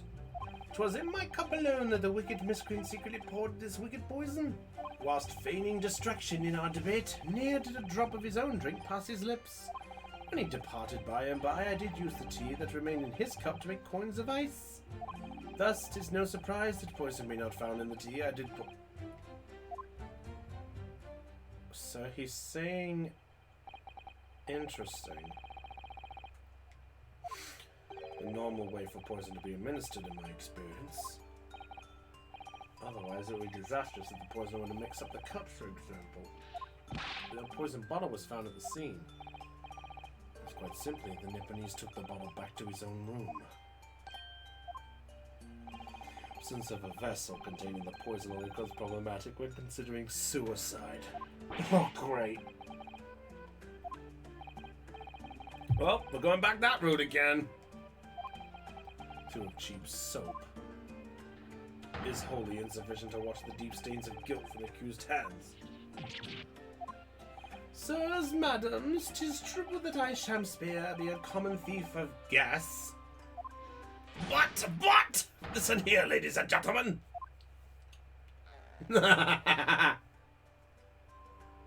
Hey, he straightened his rod again.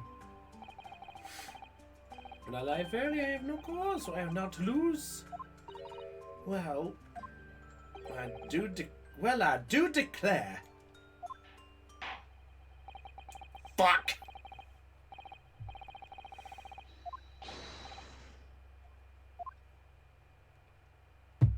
Okay, I think I see a problem, but we all know we must confirm some facts. Here we're team brewed in a pot. Hold it!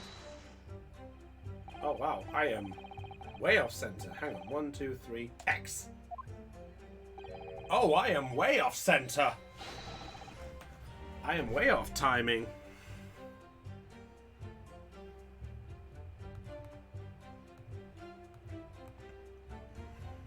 Interesting.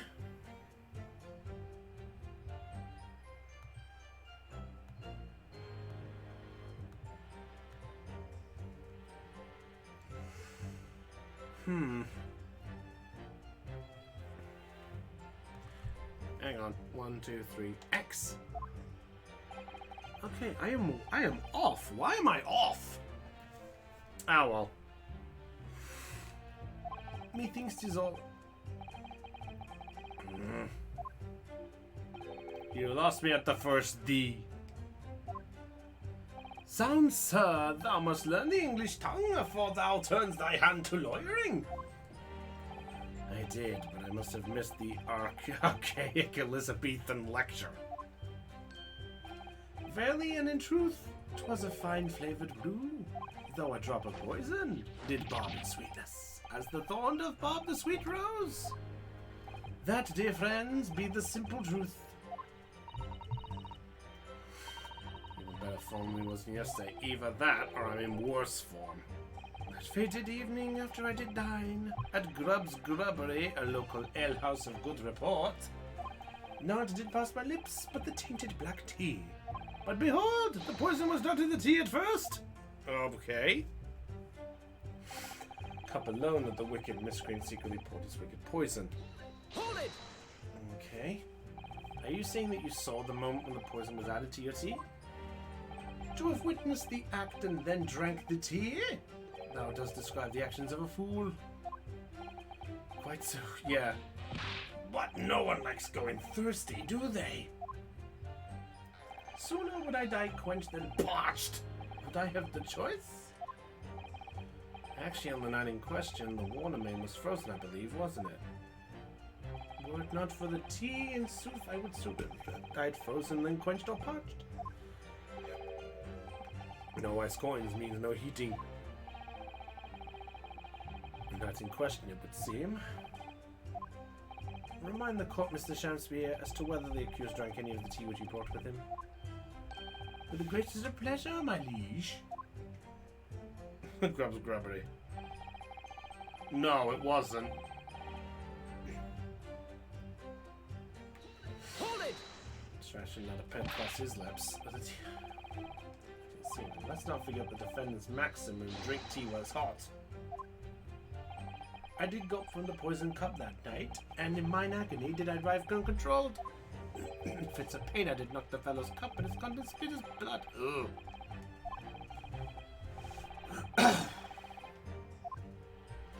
An upset cup was found on the table. Yep, that's true. We did find that. No contradiction here. That we found at the scene. Really?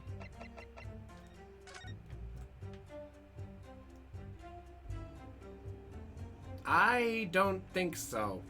Why is this not showing a tea ring?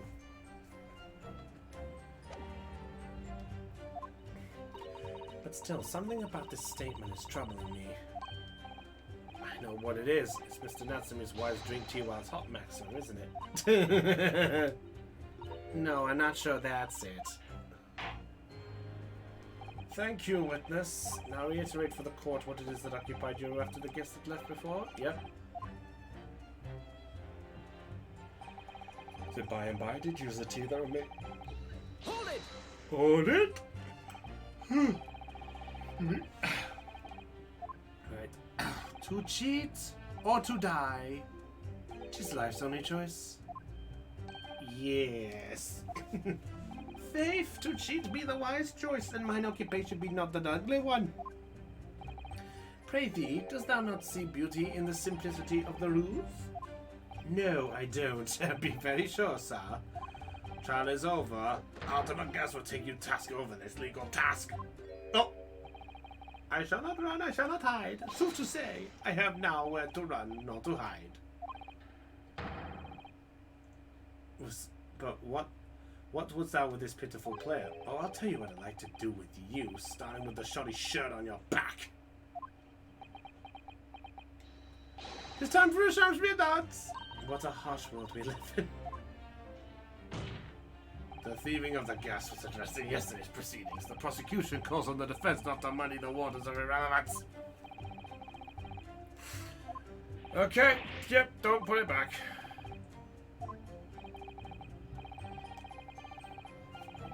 Okay. Is that correct? Return back. To cheat or to die? I did make my choice. Many moons ago. Thus, 'tis no surprise the poison not be found in the tea I did pour in the molds of soap. Hold it! Okay. Oh yeah, the mouse. Yeah, there's the mouse. It was after 2 in the morning when you collapsed. That would mean you can't have drunk any tea yourself until around that time. Once ensnared by literary debate, nothing else be found in the furrows of the mind? The debate around Romeo and Juliet, you mean, and who was the stronger of the two? Rightly did I pay no heed to the tea as I wrestled with the abominable fellow. I don't remember debates like that when I was studying. Neither of you actually drank the tea whilst it was hot that evening? My lord, wouldst thou be privy to some Shamspearean wisdom? Husband, wife, and tea ought a tepid be. Ah yes, so very true. Everyone has different preferences when it comes to tea. I think you might have interpreted the wrong. It's been proven there was no poison in Saseki-san's tea. That may be really in our favor. Yep. Feels as though everybody's against us. Of course it would. Pounds of virus is assuming guilty. We jumped into the fire here. As you can see, they poured his silky poison.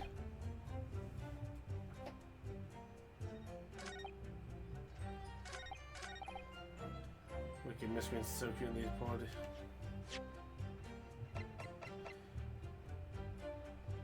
Hang on.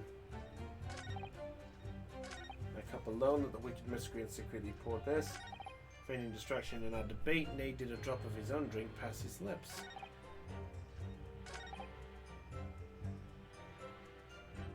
To pour in the molds of soap. The problem is they're all sensible enough to do the line.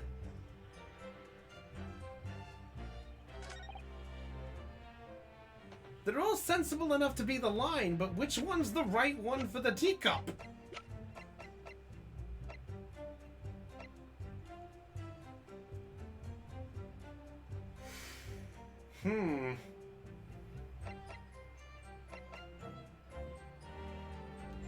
I don't know if it's that one, though. That's the one that's making me think it's probably that one.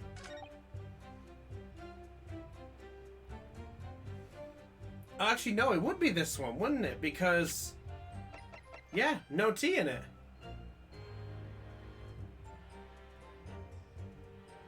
This is the one that we had a problem with. Objection. There we go! That's the one! The other nine in question. But that's impossible. How? Chop logic? Chop logic, I like that. The two teacups from the scene, one used by the victim and the other by the defendant, have a clear difference between them. One that represents incontrovertible proof. Incontrovertible?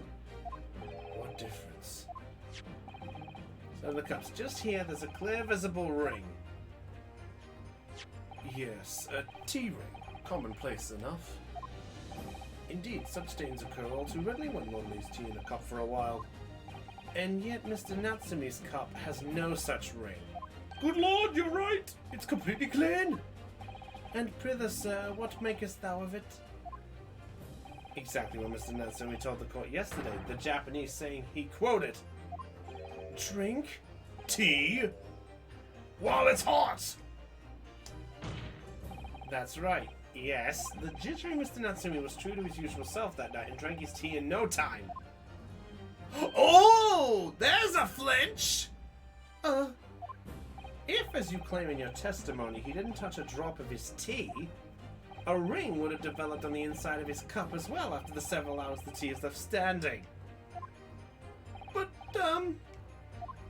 in short, Mr. Shamsphere, you clearly lied to the court! Oh! There we go! Objection. Oh, a quick poison his drink. As a rule, I fill my hallowed chalice up to 7 times during any one trial. Goddo would like a word with you. You might want to keep that information to yourself. Yet on occasion, tedium distracts me and I pour more times than I intended until the bottle is dry. Your drinking habits are fascinating, but irrelevant. On the contrary, they illustrate the fickleness of human memory. To William Shamsphere. Yes, my liege? Though you previously stated that you made the coins of ice from the leftover tea in the accused cup. Perhaps mistaken? Could it be that, yes, perhaps there was some tea remaining in the small teapot left at the scene? No! A fact that had vanished from... What are you doing?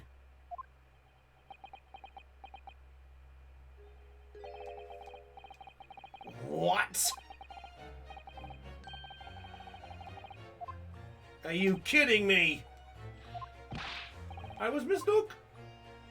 I did plan to use tea from the Japanese fellow's cups, but lo, when I looked, 'twas empty.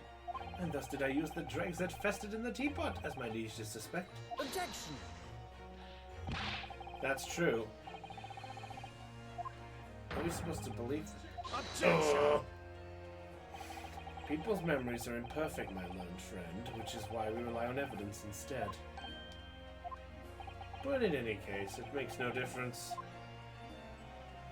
The victim's most recent testimony tells us 2 things of note. Firstly, the poison was put into the victim's teacup only, and secondly, that this spoiled teacup was not the source of the inspired ice coins. Fuck! Summary of the facts. Furthermore, that testimony remains valid in full support of the established facts. In other words... Uh-oh! Yeah!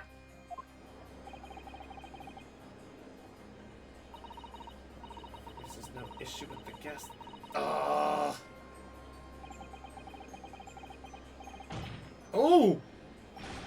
The jury, I do solemnly swear, after I did dine at Grub's Grubbery Ale House that night, naught did pass my lips but the black tea given me by the Japanese, whose back be stooped as low as death.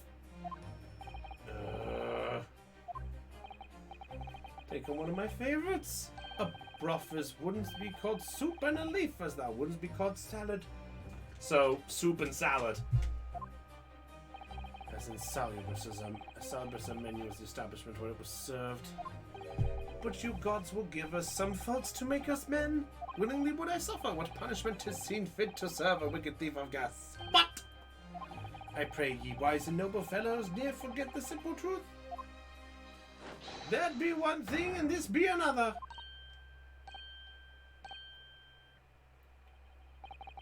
Result, son Shamsvir doth entreat you.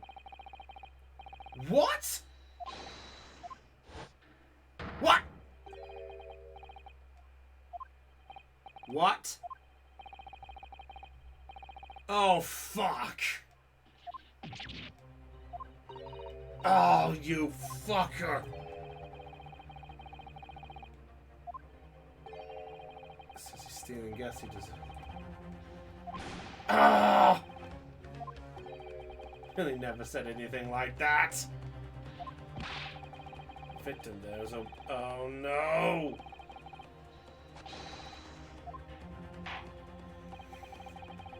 I got a bad feeling about this. Oh, I know where this is going. Guilty! Guilty. Guilty. Guilty. Guilty. Wait, why is number 4 saying guilty?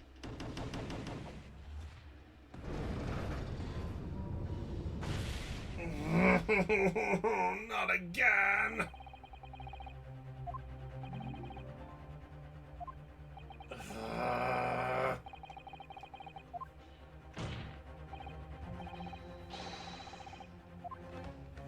Very well. There we go. Cobalt the defense is right. Typical. My learned friend is unable to accept the obvious truth. Just second summation examine immediately. Jurors, the court calls upon each of you. Here we go again. Yeah, I know what you mean. Yeah, it doesn't suit it, but eh. Here we go again. Does it mean, having considered all the evidence, the defendant must logically be guilty? I do agree the gas is far too expensive. I can quite understand why the man will avoid pain. The stuff explodes and it can poison you. It's absolute lethal gases. Gas doesn't come for free. It costs a fortune to deliver it around the city and maintain the pipes. Truth be told, the team may serve up. He's a little sketchy at times. If nothing else passed the victim's lips that night, there's no other explanation, is there? Wait. KOTOR remake? KOTOR? Why do I feel like I know what KOTOR is?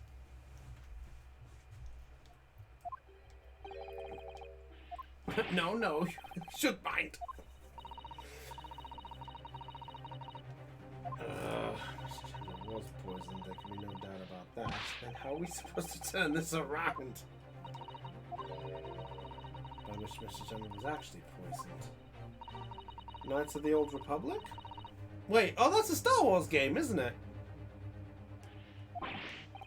Impossible at this stage. If we don't manage it, though, Mr. Natsumi will be found guilty.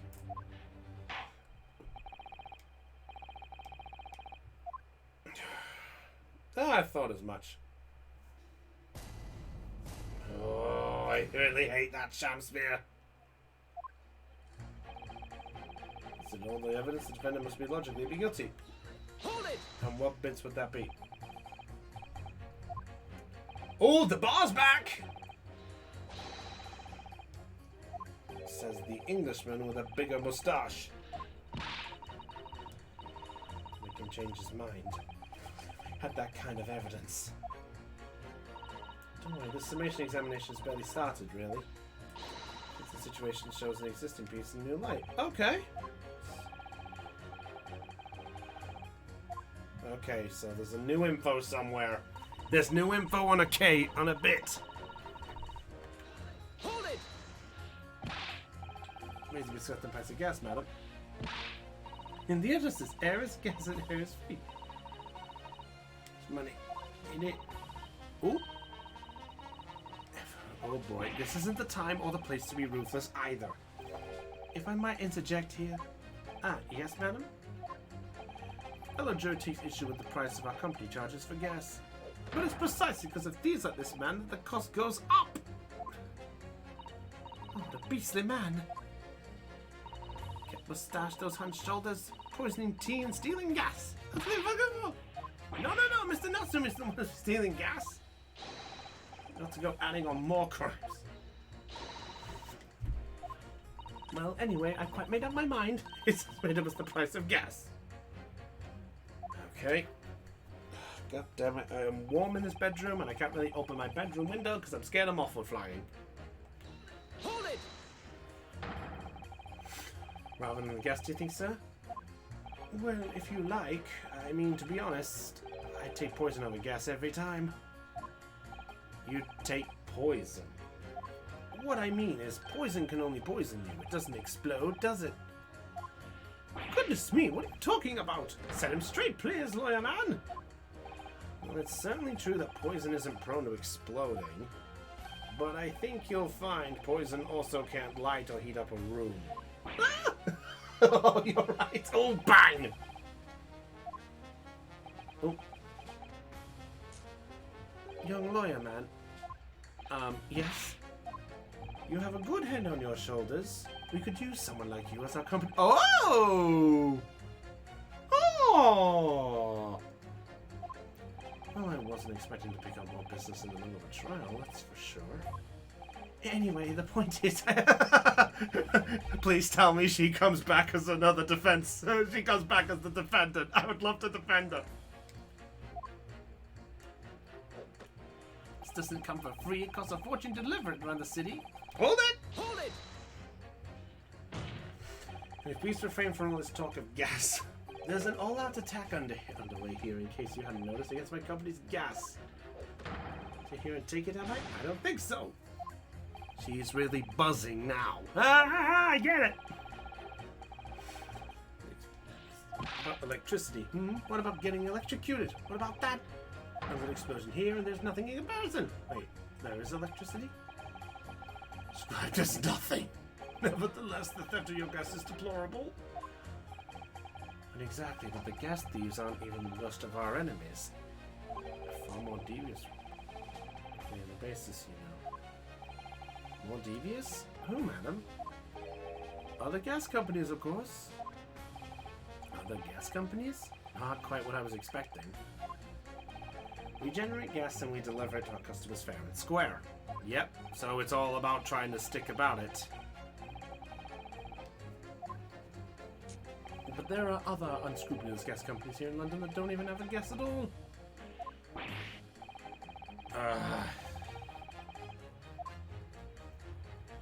You wouldn't think it possible, would you? But they steal our gas. Oh! Yeah, that makes sense. A gas company like ours deliver gas to people's homes via a network of pipes. And those devious reprobates secretly disconnect our pipes and divert our gas into their own rotten pipes. Match up with the household supplied to those pipes and take money for the precious gases. Oh! Diverting gas into their own pipes illegally. Brazen form of theft. Customers' houses to collect the money from their meters. We always have to check whether or not one of these devious companies has been. Oh, yeah. Oh! Hang on! Excuse me. Why did he react? Oh, golly, you mean me? I'm terribly sorry. I was just thinking of myself. Interesting. Yeah, I wonder if that's what he does. Well, yes. I just got a little riled about it recently, you see? Go on. An ultimate guest walker visited my house the other day to investigate the pipe work. We need to ask for your cooperation while we carry out a secret check of your property, sir, the fellow said.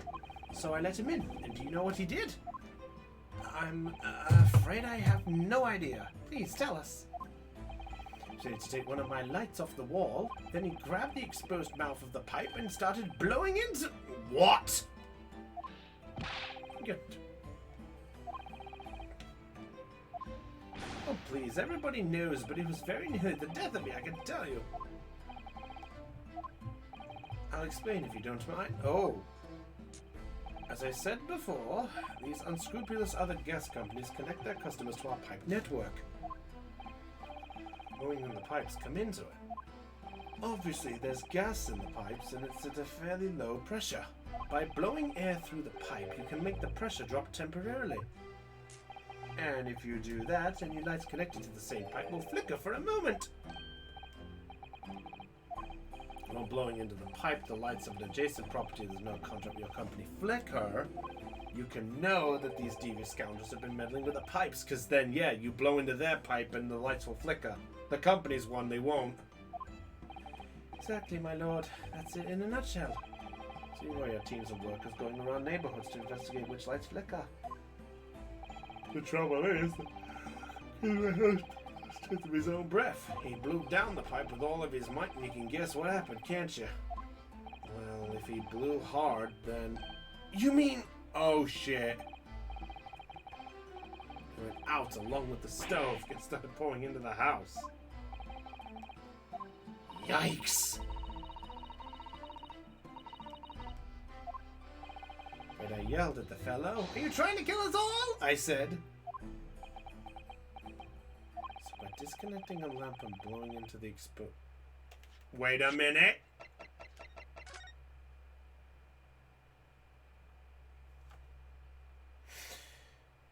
Oh, costume. It's a costume.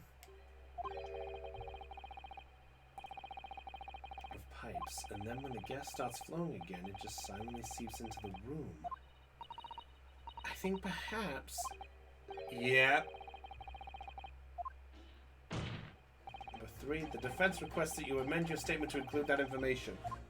Oh, well, if you like, I don't mind. Well, I do! That's our company's secret method of identifying the rogues. Well, you shouldn't have said that bit.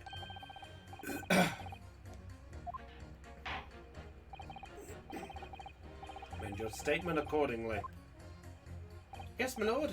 Although I'm not really sure what the point of all this is. Well, at least you're honest, because I'm still trying to figure.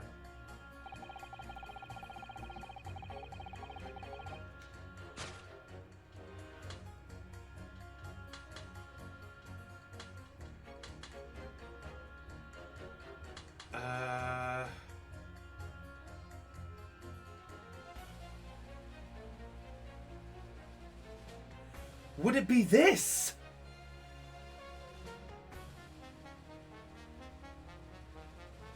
It would be this, wouldn't it? If nothing else passed through the victim's lips that night, there's no other explanation. But if you blow too hard into the pipe, you're putting your lips to the pipe, aren't you? Right?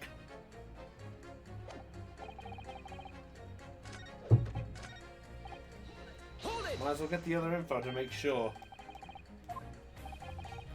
The bar's back! It's most troubling indeed. It's always days like this one when I don't... Yeah, that's what I'm guessing. Doing it, me wife. She gets that devilish look on her face and she slips some white powder into me cup. And you drink it anyway? I was brought up proper, I was. If someone gives you a cuppa, you drink it. What happened to you? What did it taste like? It was god-awful, believe you me. Salty as hell. Oh. He replaced your sugar with salt.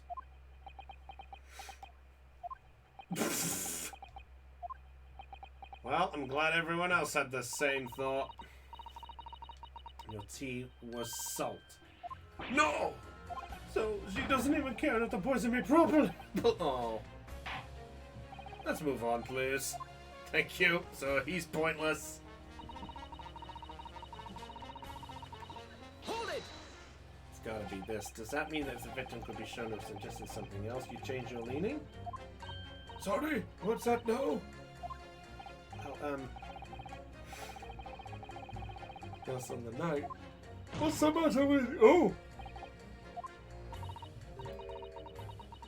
Is this that night? There's no other explanation, is there? Haven't you been listening to me at all? I feel there's an English expression around a pot and a kettle. It's appropriate. Yep, call the kettle black. See about the case at all. It would seem that this elderly gentleman has been listening to the proceedings far more intently.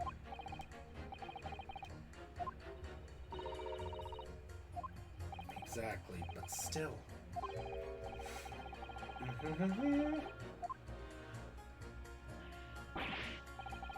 Not as hopeless, because I think we found the line. I suppose in the way in which Miss Shamsbury was really poisoned. To prove that it happened some other way, and not via Mr. Natsumi's tea. I think we might actually have to stop shortly, because I think... Oh, there. This is something...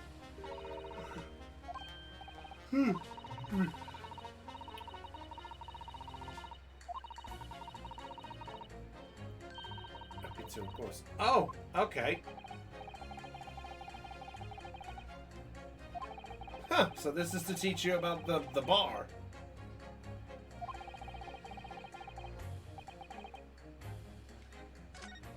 Might as well get it, just in case.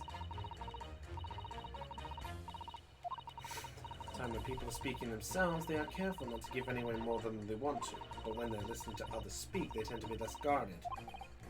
Very true. There we go. So we'll sort this out. Yep, this is to basically take a look at this. Might as well do this proper.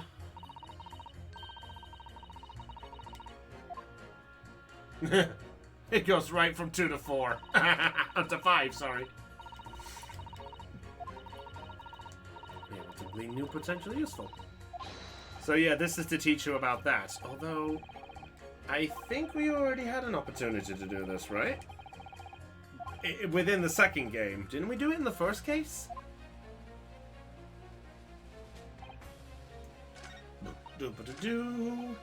Pit!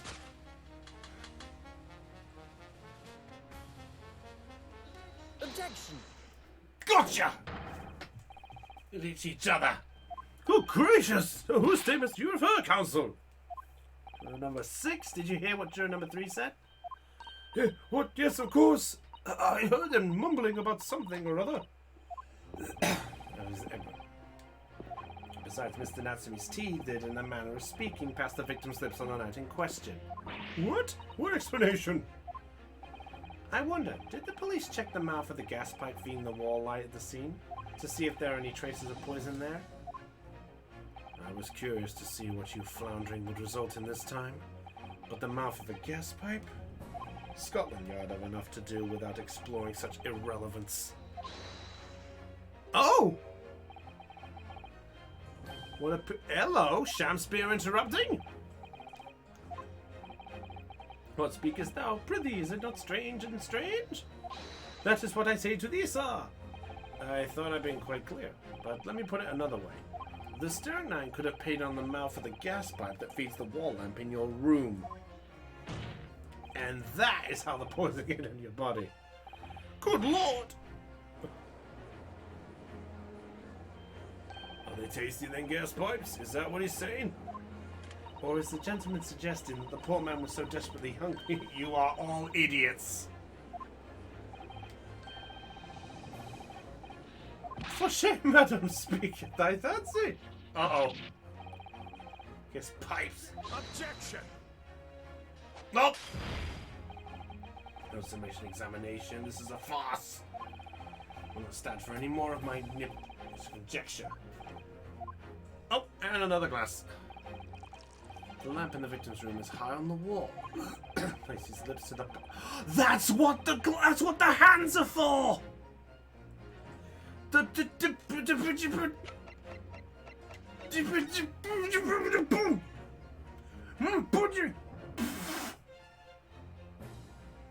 think we got him.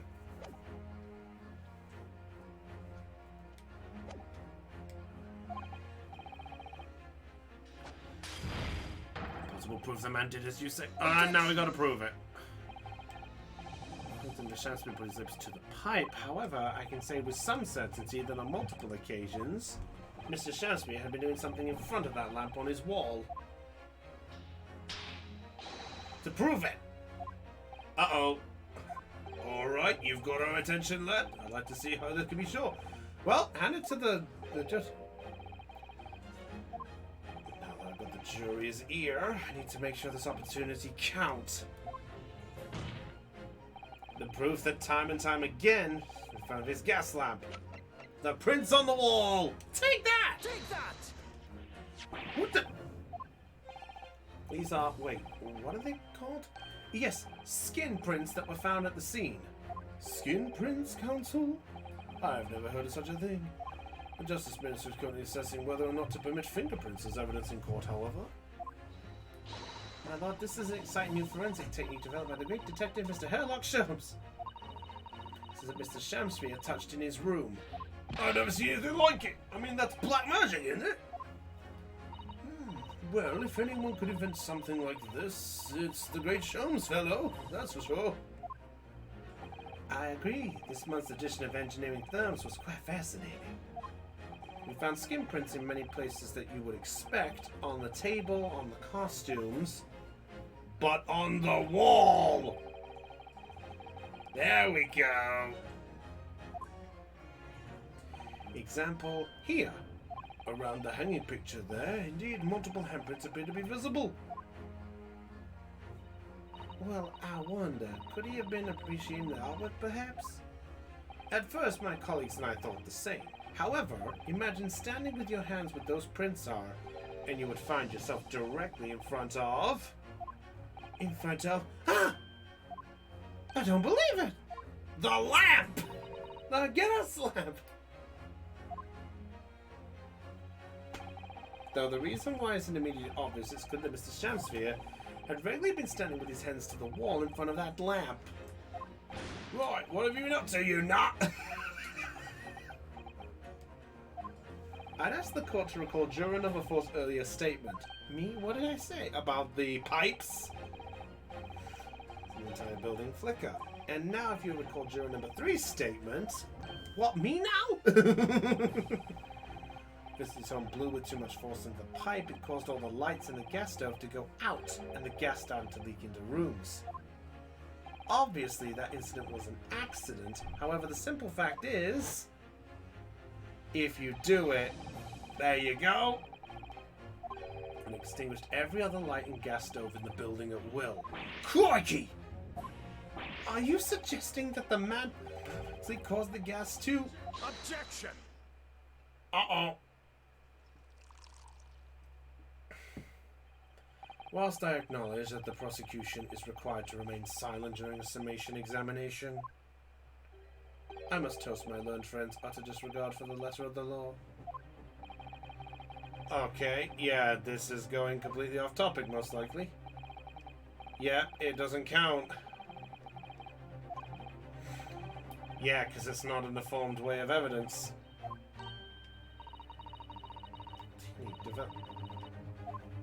It's nothing. A mere toy developed by an amateur sleuth with too much time on his hands. I knew this was coming. It's formal evidence. Hold it! Sasato. Oh! Good, Sasato. It's formal evidence. We merely wish to present the rules of the great detective's investigation of the scene. It's a tool by which to explain a possibility to the ladies and gentlemen of the jury. Aha! Good, Sasato! When and now, we should never learn the truth behind these mysterious handprints that everyone has now seen. I don't believe we can allow it to happen. Clever girl! Oh! Handprints are a significant clue or not. It's down to us to decide. Go on, number 3. And number 2, too. Sure you have to fellas to say it. Uh-oh. That's 2.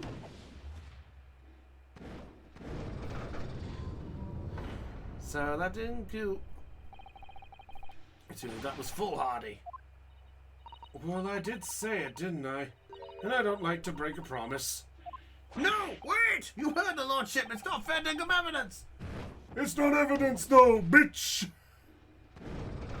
We're back in the middle.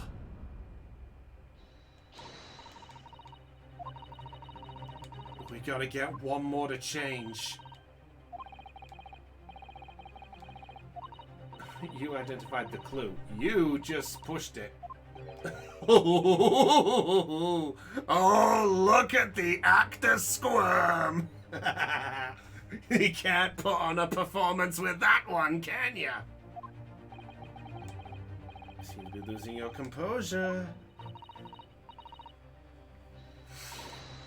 Okay, so that one got 3. We need one more.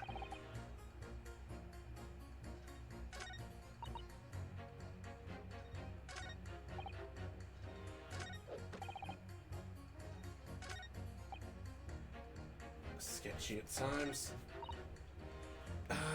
Okay, so it's one of these 3.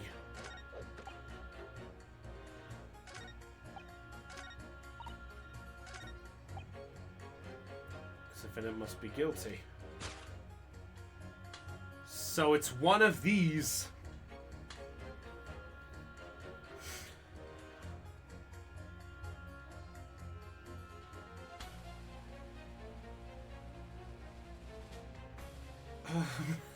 Which one do we do?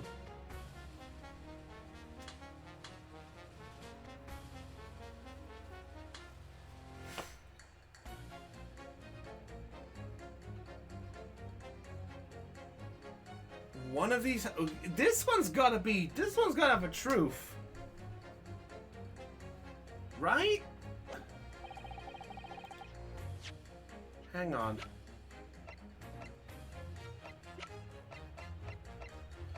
Right.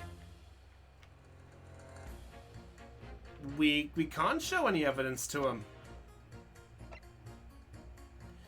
We need to show a new lease of life to him. Maybe we'll present it. Oh, now we present something. Oh, and we can't skip the text. We can't skip the text. So yeah. Something's amiss here. What do you make of that? What, your so-called skin prints? This investigation technique, developed by the great detective himself. The numerous handprints on the walls are clearly out of the ordinary. And if Mr. Shamsbury had indeed put his mouth to the gas pipe of the night in question, it can't be denied there's a possibility that's where the poison was. Well, yes, I won't deny that it's playing on my mind.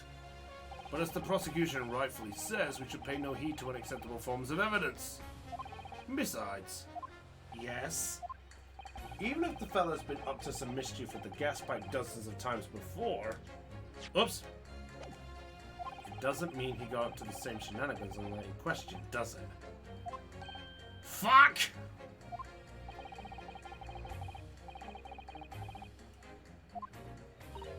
You do make a very valid point. Uh-oh. Tensei, haven't you? So it's time to prove your theory. Your Japanese cohorts can, that is.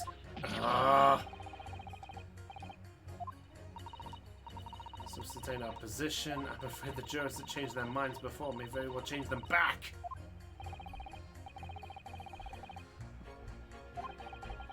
We really did blow down the gas pipe on the night in question. Oh! Testimony?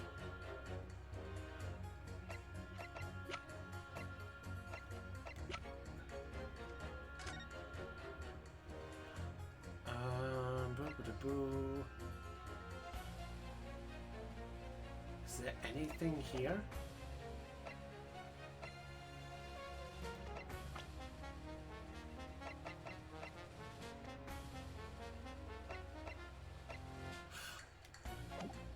The photograph?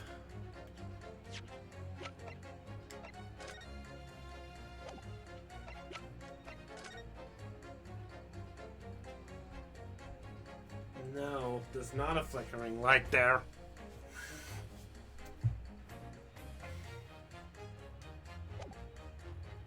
What am I missing? What am I missing?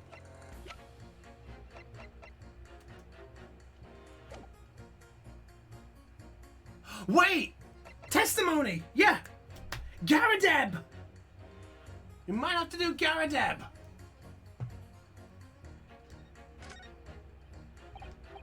Don't have evidence to support my theory. However, there is witness testimony that sustains it. Was that testimony? Incredible, whose testimony? It's all connected. Everything is linked. Here's details about the guests in the Garadeb residence that night. Namely, Mr. Garadeb himself.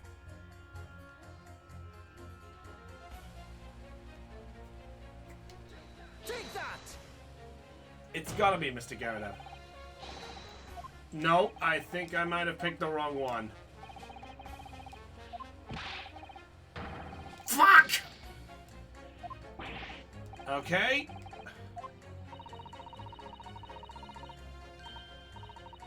Oh. There was the other guy. Yeah. It's the worker guy. It's the worker guy, the one who did the look. That was my fault.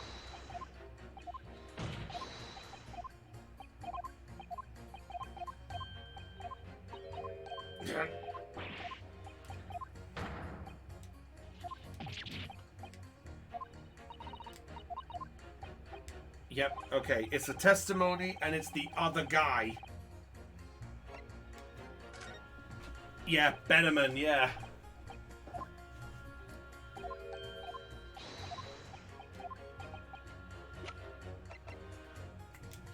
Take that! Miniman? Wait, not Miniman? Not Miniman? What?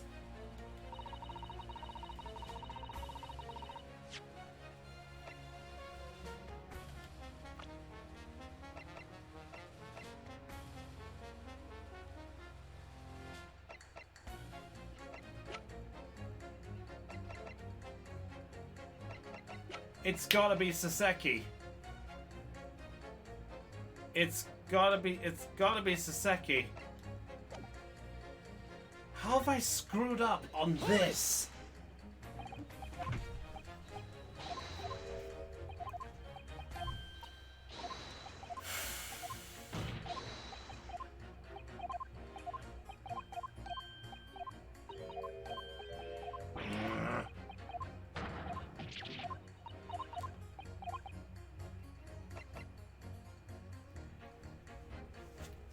It's gotta be the testimony, because I don't think there is an evidence.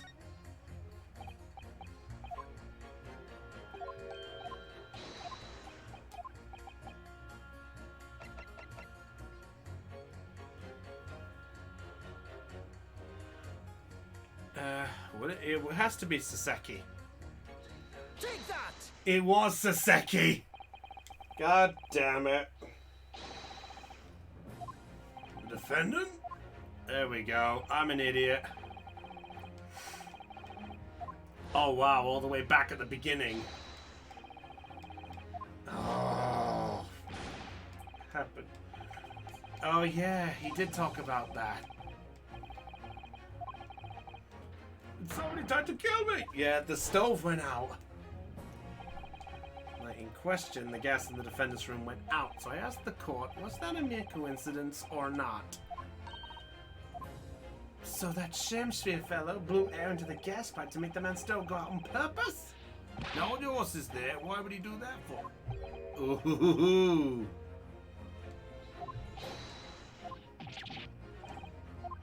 We cannot allow judgment to be passed while this doubt remains. It's true that I don't have conclusive evidence yet. However, it's more this case than meets the eye.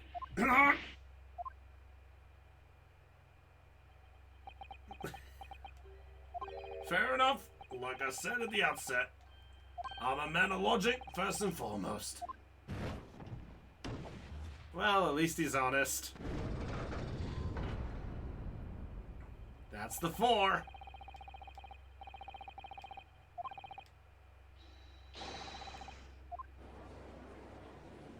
So yeah, it was Saseki. It was Saseki that we needed to present. For guilty, for non-guilty. Therefore, the juror's opinion is conflicted, and in accordance with the law of this land, I hereby order the continuation of the trial. Sphere? My lord, how can thy humble shame sphere serve thee? I went all Kermit there. Oh God, so God bend me, so I do solemnly swear, I recall aught of either the lamp or the pipe. Has it made a tiny mess all over the wall there? How do you explain that, eh? My leg! I am done with this. This dignity of this great courtroom has been sullied enough already. Oh, me? As I went to some pains to point out already, print from the self-professed detective's toys, no place in British court of law. As such, whether or not this man did indeed stand before the gas pipe with his hands across the wall remains at this time unestablished. Oh!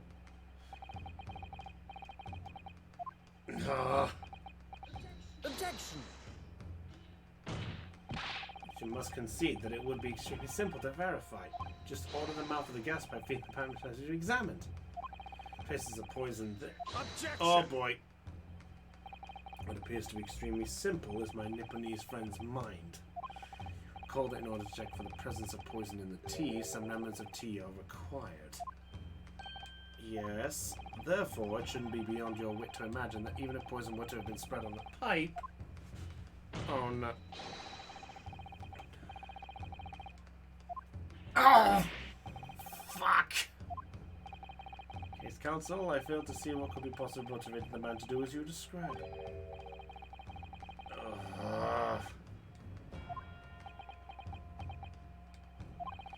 Possibility I can think of.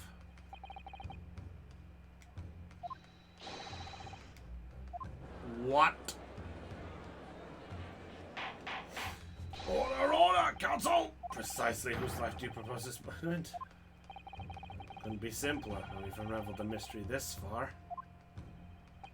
Wanted to end the life of... It's gotta be Saseki. Take that! If a gas lamp were to go out, it would be noticed immediately, of course. But a gas stove, on the other hand, could be silently extinguished by the killer without anyone noticing. I spots myself, so I know what it's like. I can tell you, trying to sleep without the stove lit is pretty much suicide. You'd freeze to death in no time! The garret of the landlord has a large fireplace in his part of the residence on the top floor. In other words, it wasn't the landlord, but a fellow lodger whose life... Outrageous! Talking, of course, about the defendant. Sham, quiet it up. This guy's... It's the victim. Interesting. Interesting. Objection! The accused is actually the aggrieved. Interesting. However, the fundamental facts of the case remain unchanged, namely, that the accused is the aggressor here. Still claim that. Let us indulge your fancies for a moment. Assume that this was indeed poison on the mouth of the gas pipe. The question that then arises is who put it there? Who did put it there? The only logical conclusion is that the person responsible was aware of this man's trickery from the gas supply and his intent to kill. If the assailant were unaware, how would he or she have known to lace the end of the gas pipe with poison? So now we must ask how anyone could have known Mr. Shakespeare's murderous designs. Naturally, the sole possible answer to that question could be more obvious. Only the man whose life was being threatened could possibly... Oh, you fucker! He's turning this around! He's saying, how the hell will we know this? Well, only the one who's living in the lodges would do it. You fucker. Oh! What a clever little fuck. May or may not have contrived to do, he was nevertheless the victim of the...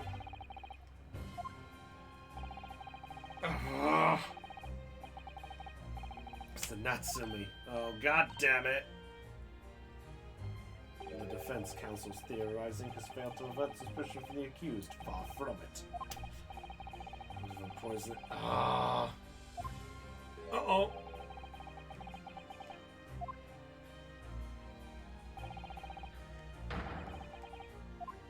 Shit. Shit.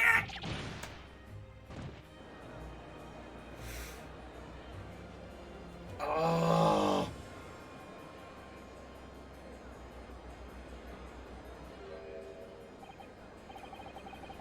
So rapidly.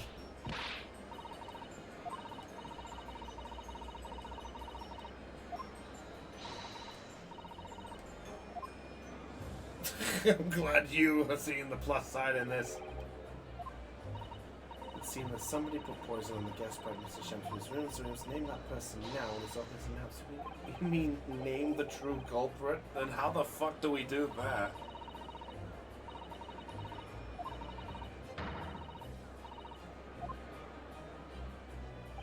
As it happens, one possible culprit does come to mind. Where's the poison?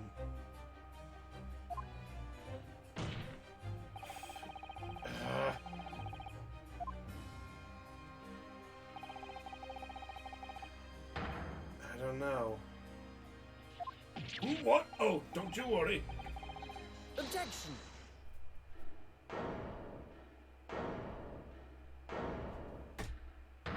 Hopefully. Involved in all of this. True culprit. A term found only in the second-rate novels featuring third-rate good detectives. Oh, is it a third-rate duelist with a fourth-rate deck? Oh, why not? This farce has gone on for so long already, I see no reason to cut short before its disappointing climax.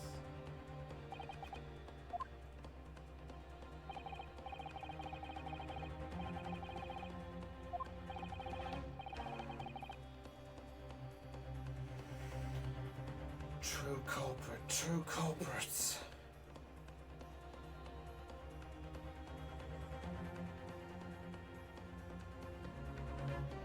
Let's see. I don't know, Mr. Me.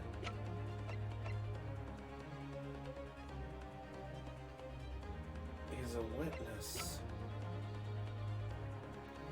Alright, give me a second. Let's see. The evidence, the poison, it's all pertaining to a particular person now.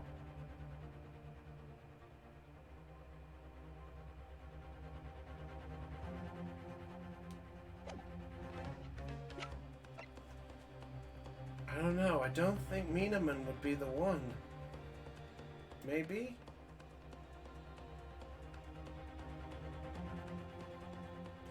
No, because they didn't know about this. Did they? Oh, this is so. Oh.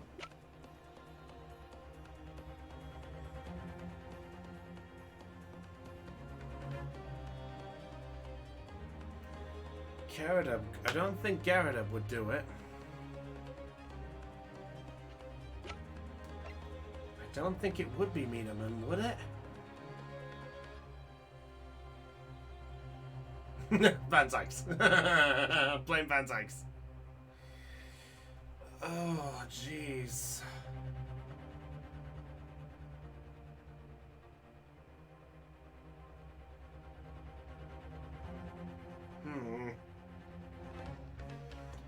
Would it be Mr. Minaman?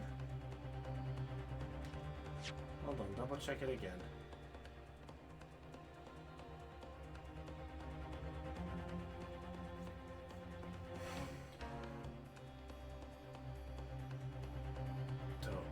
Possible comment comes to mind. The evidence, the poison, it's all point to a particular person. No, I don't think he would have done it himself.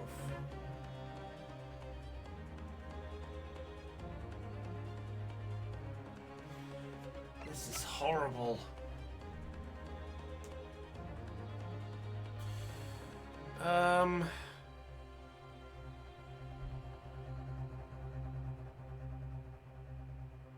Wait!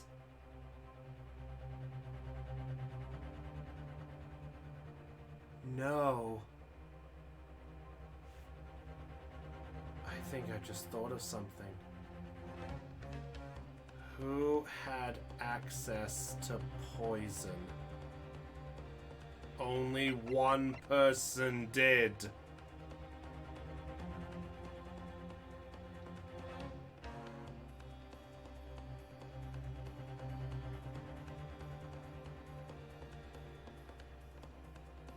I got a horrible hunch.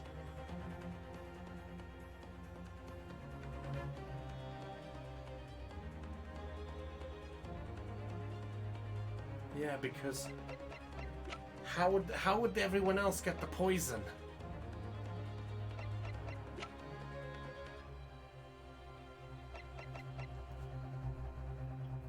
Would it be this? It's the only logic I can think of, because she had access to poison, but is that 2 steps ahead?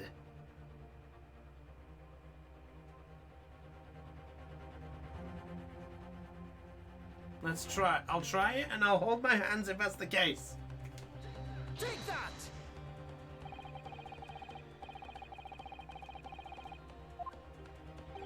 I was right!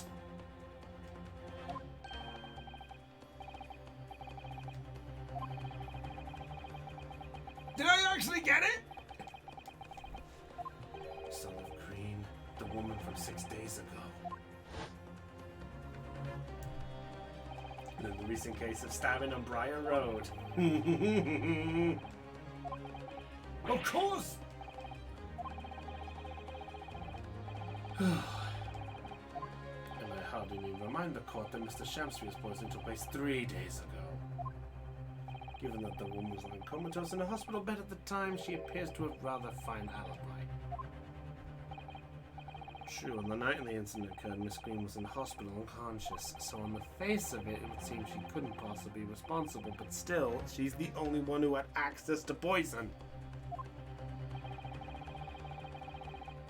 And we found her to be in possession of a bottle of poison. Good gracious! She had poison?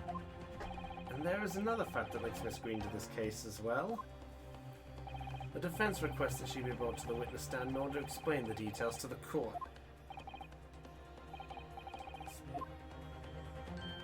My lord, pray what be thy bidding?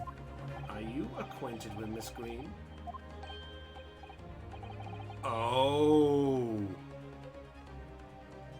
That's a face. The look on Mr. Shamsbury's face, I think perhaps he generally doesn't know her. At least not by name. And here I had her to my word. You will see my learned Nipponese fence fast through to its conclusion. I appreciate that. Just a short recess, my lord, in order to subpoena the witness and bring her here. It's olive green. Indeed, my lord. 1 hour should be sufficient. That's a good question. We'll find out.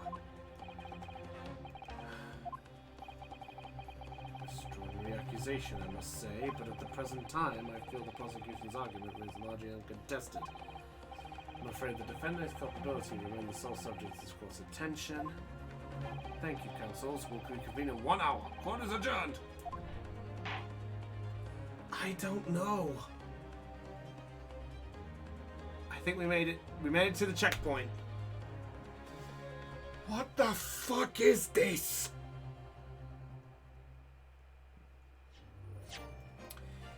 Now, as much as I would love to continue, I'm afraid I'm gonna have to stop. Mainly because I am at work for 9 in the morning, so I've got to go and get myself to bed, unfortunately. But this is nuts. So does that mean Olive Green is the true one behind this? So what the fuck is going on? This is the McGilded shit all over again. I have no words!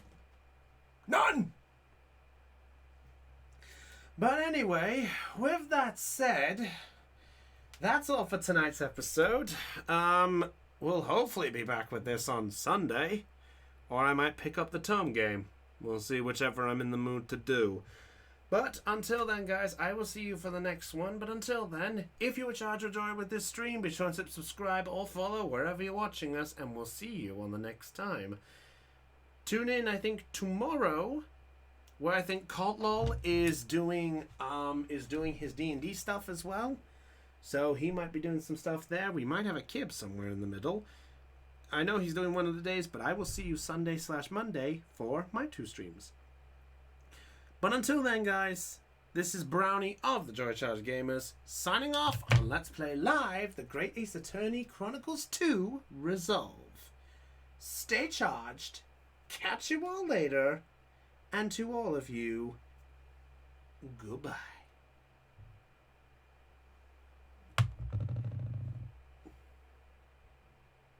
You're welcome, Aeon.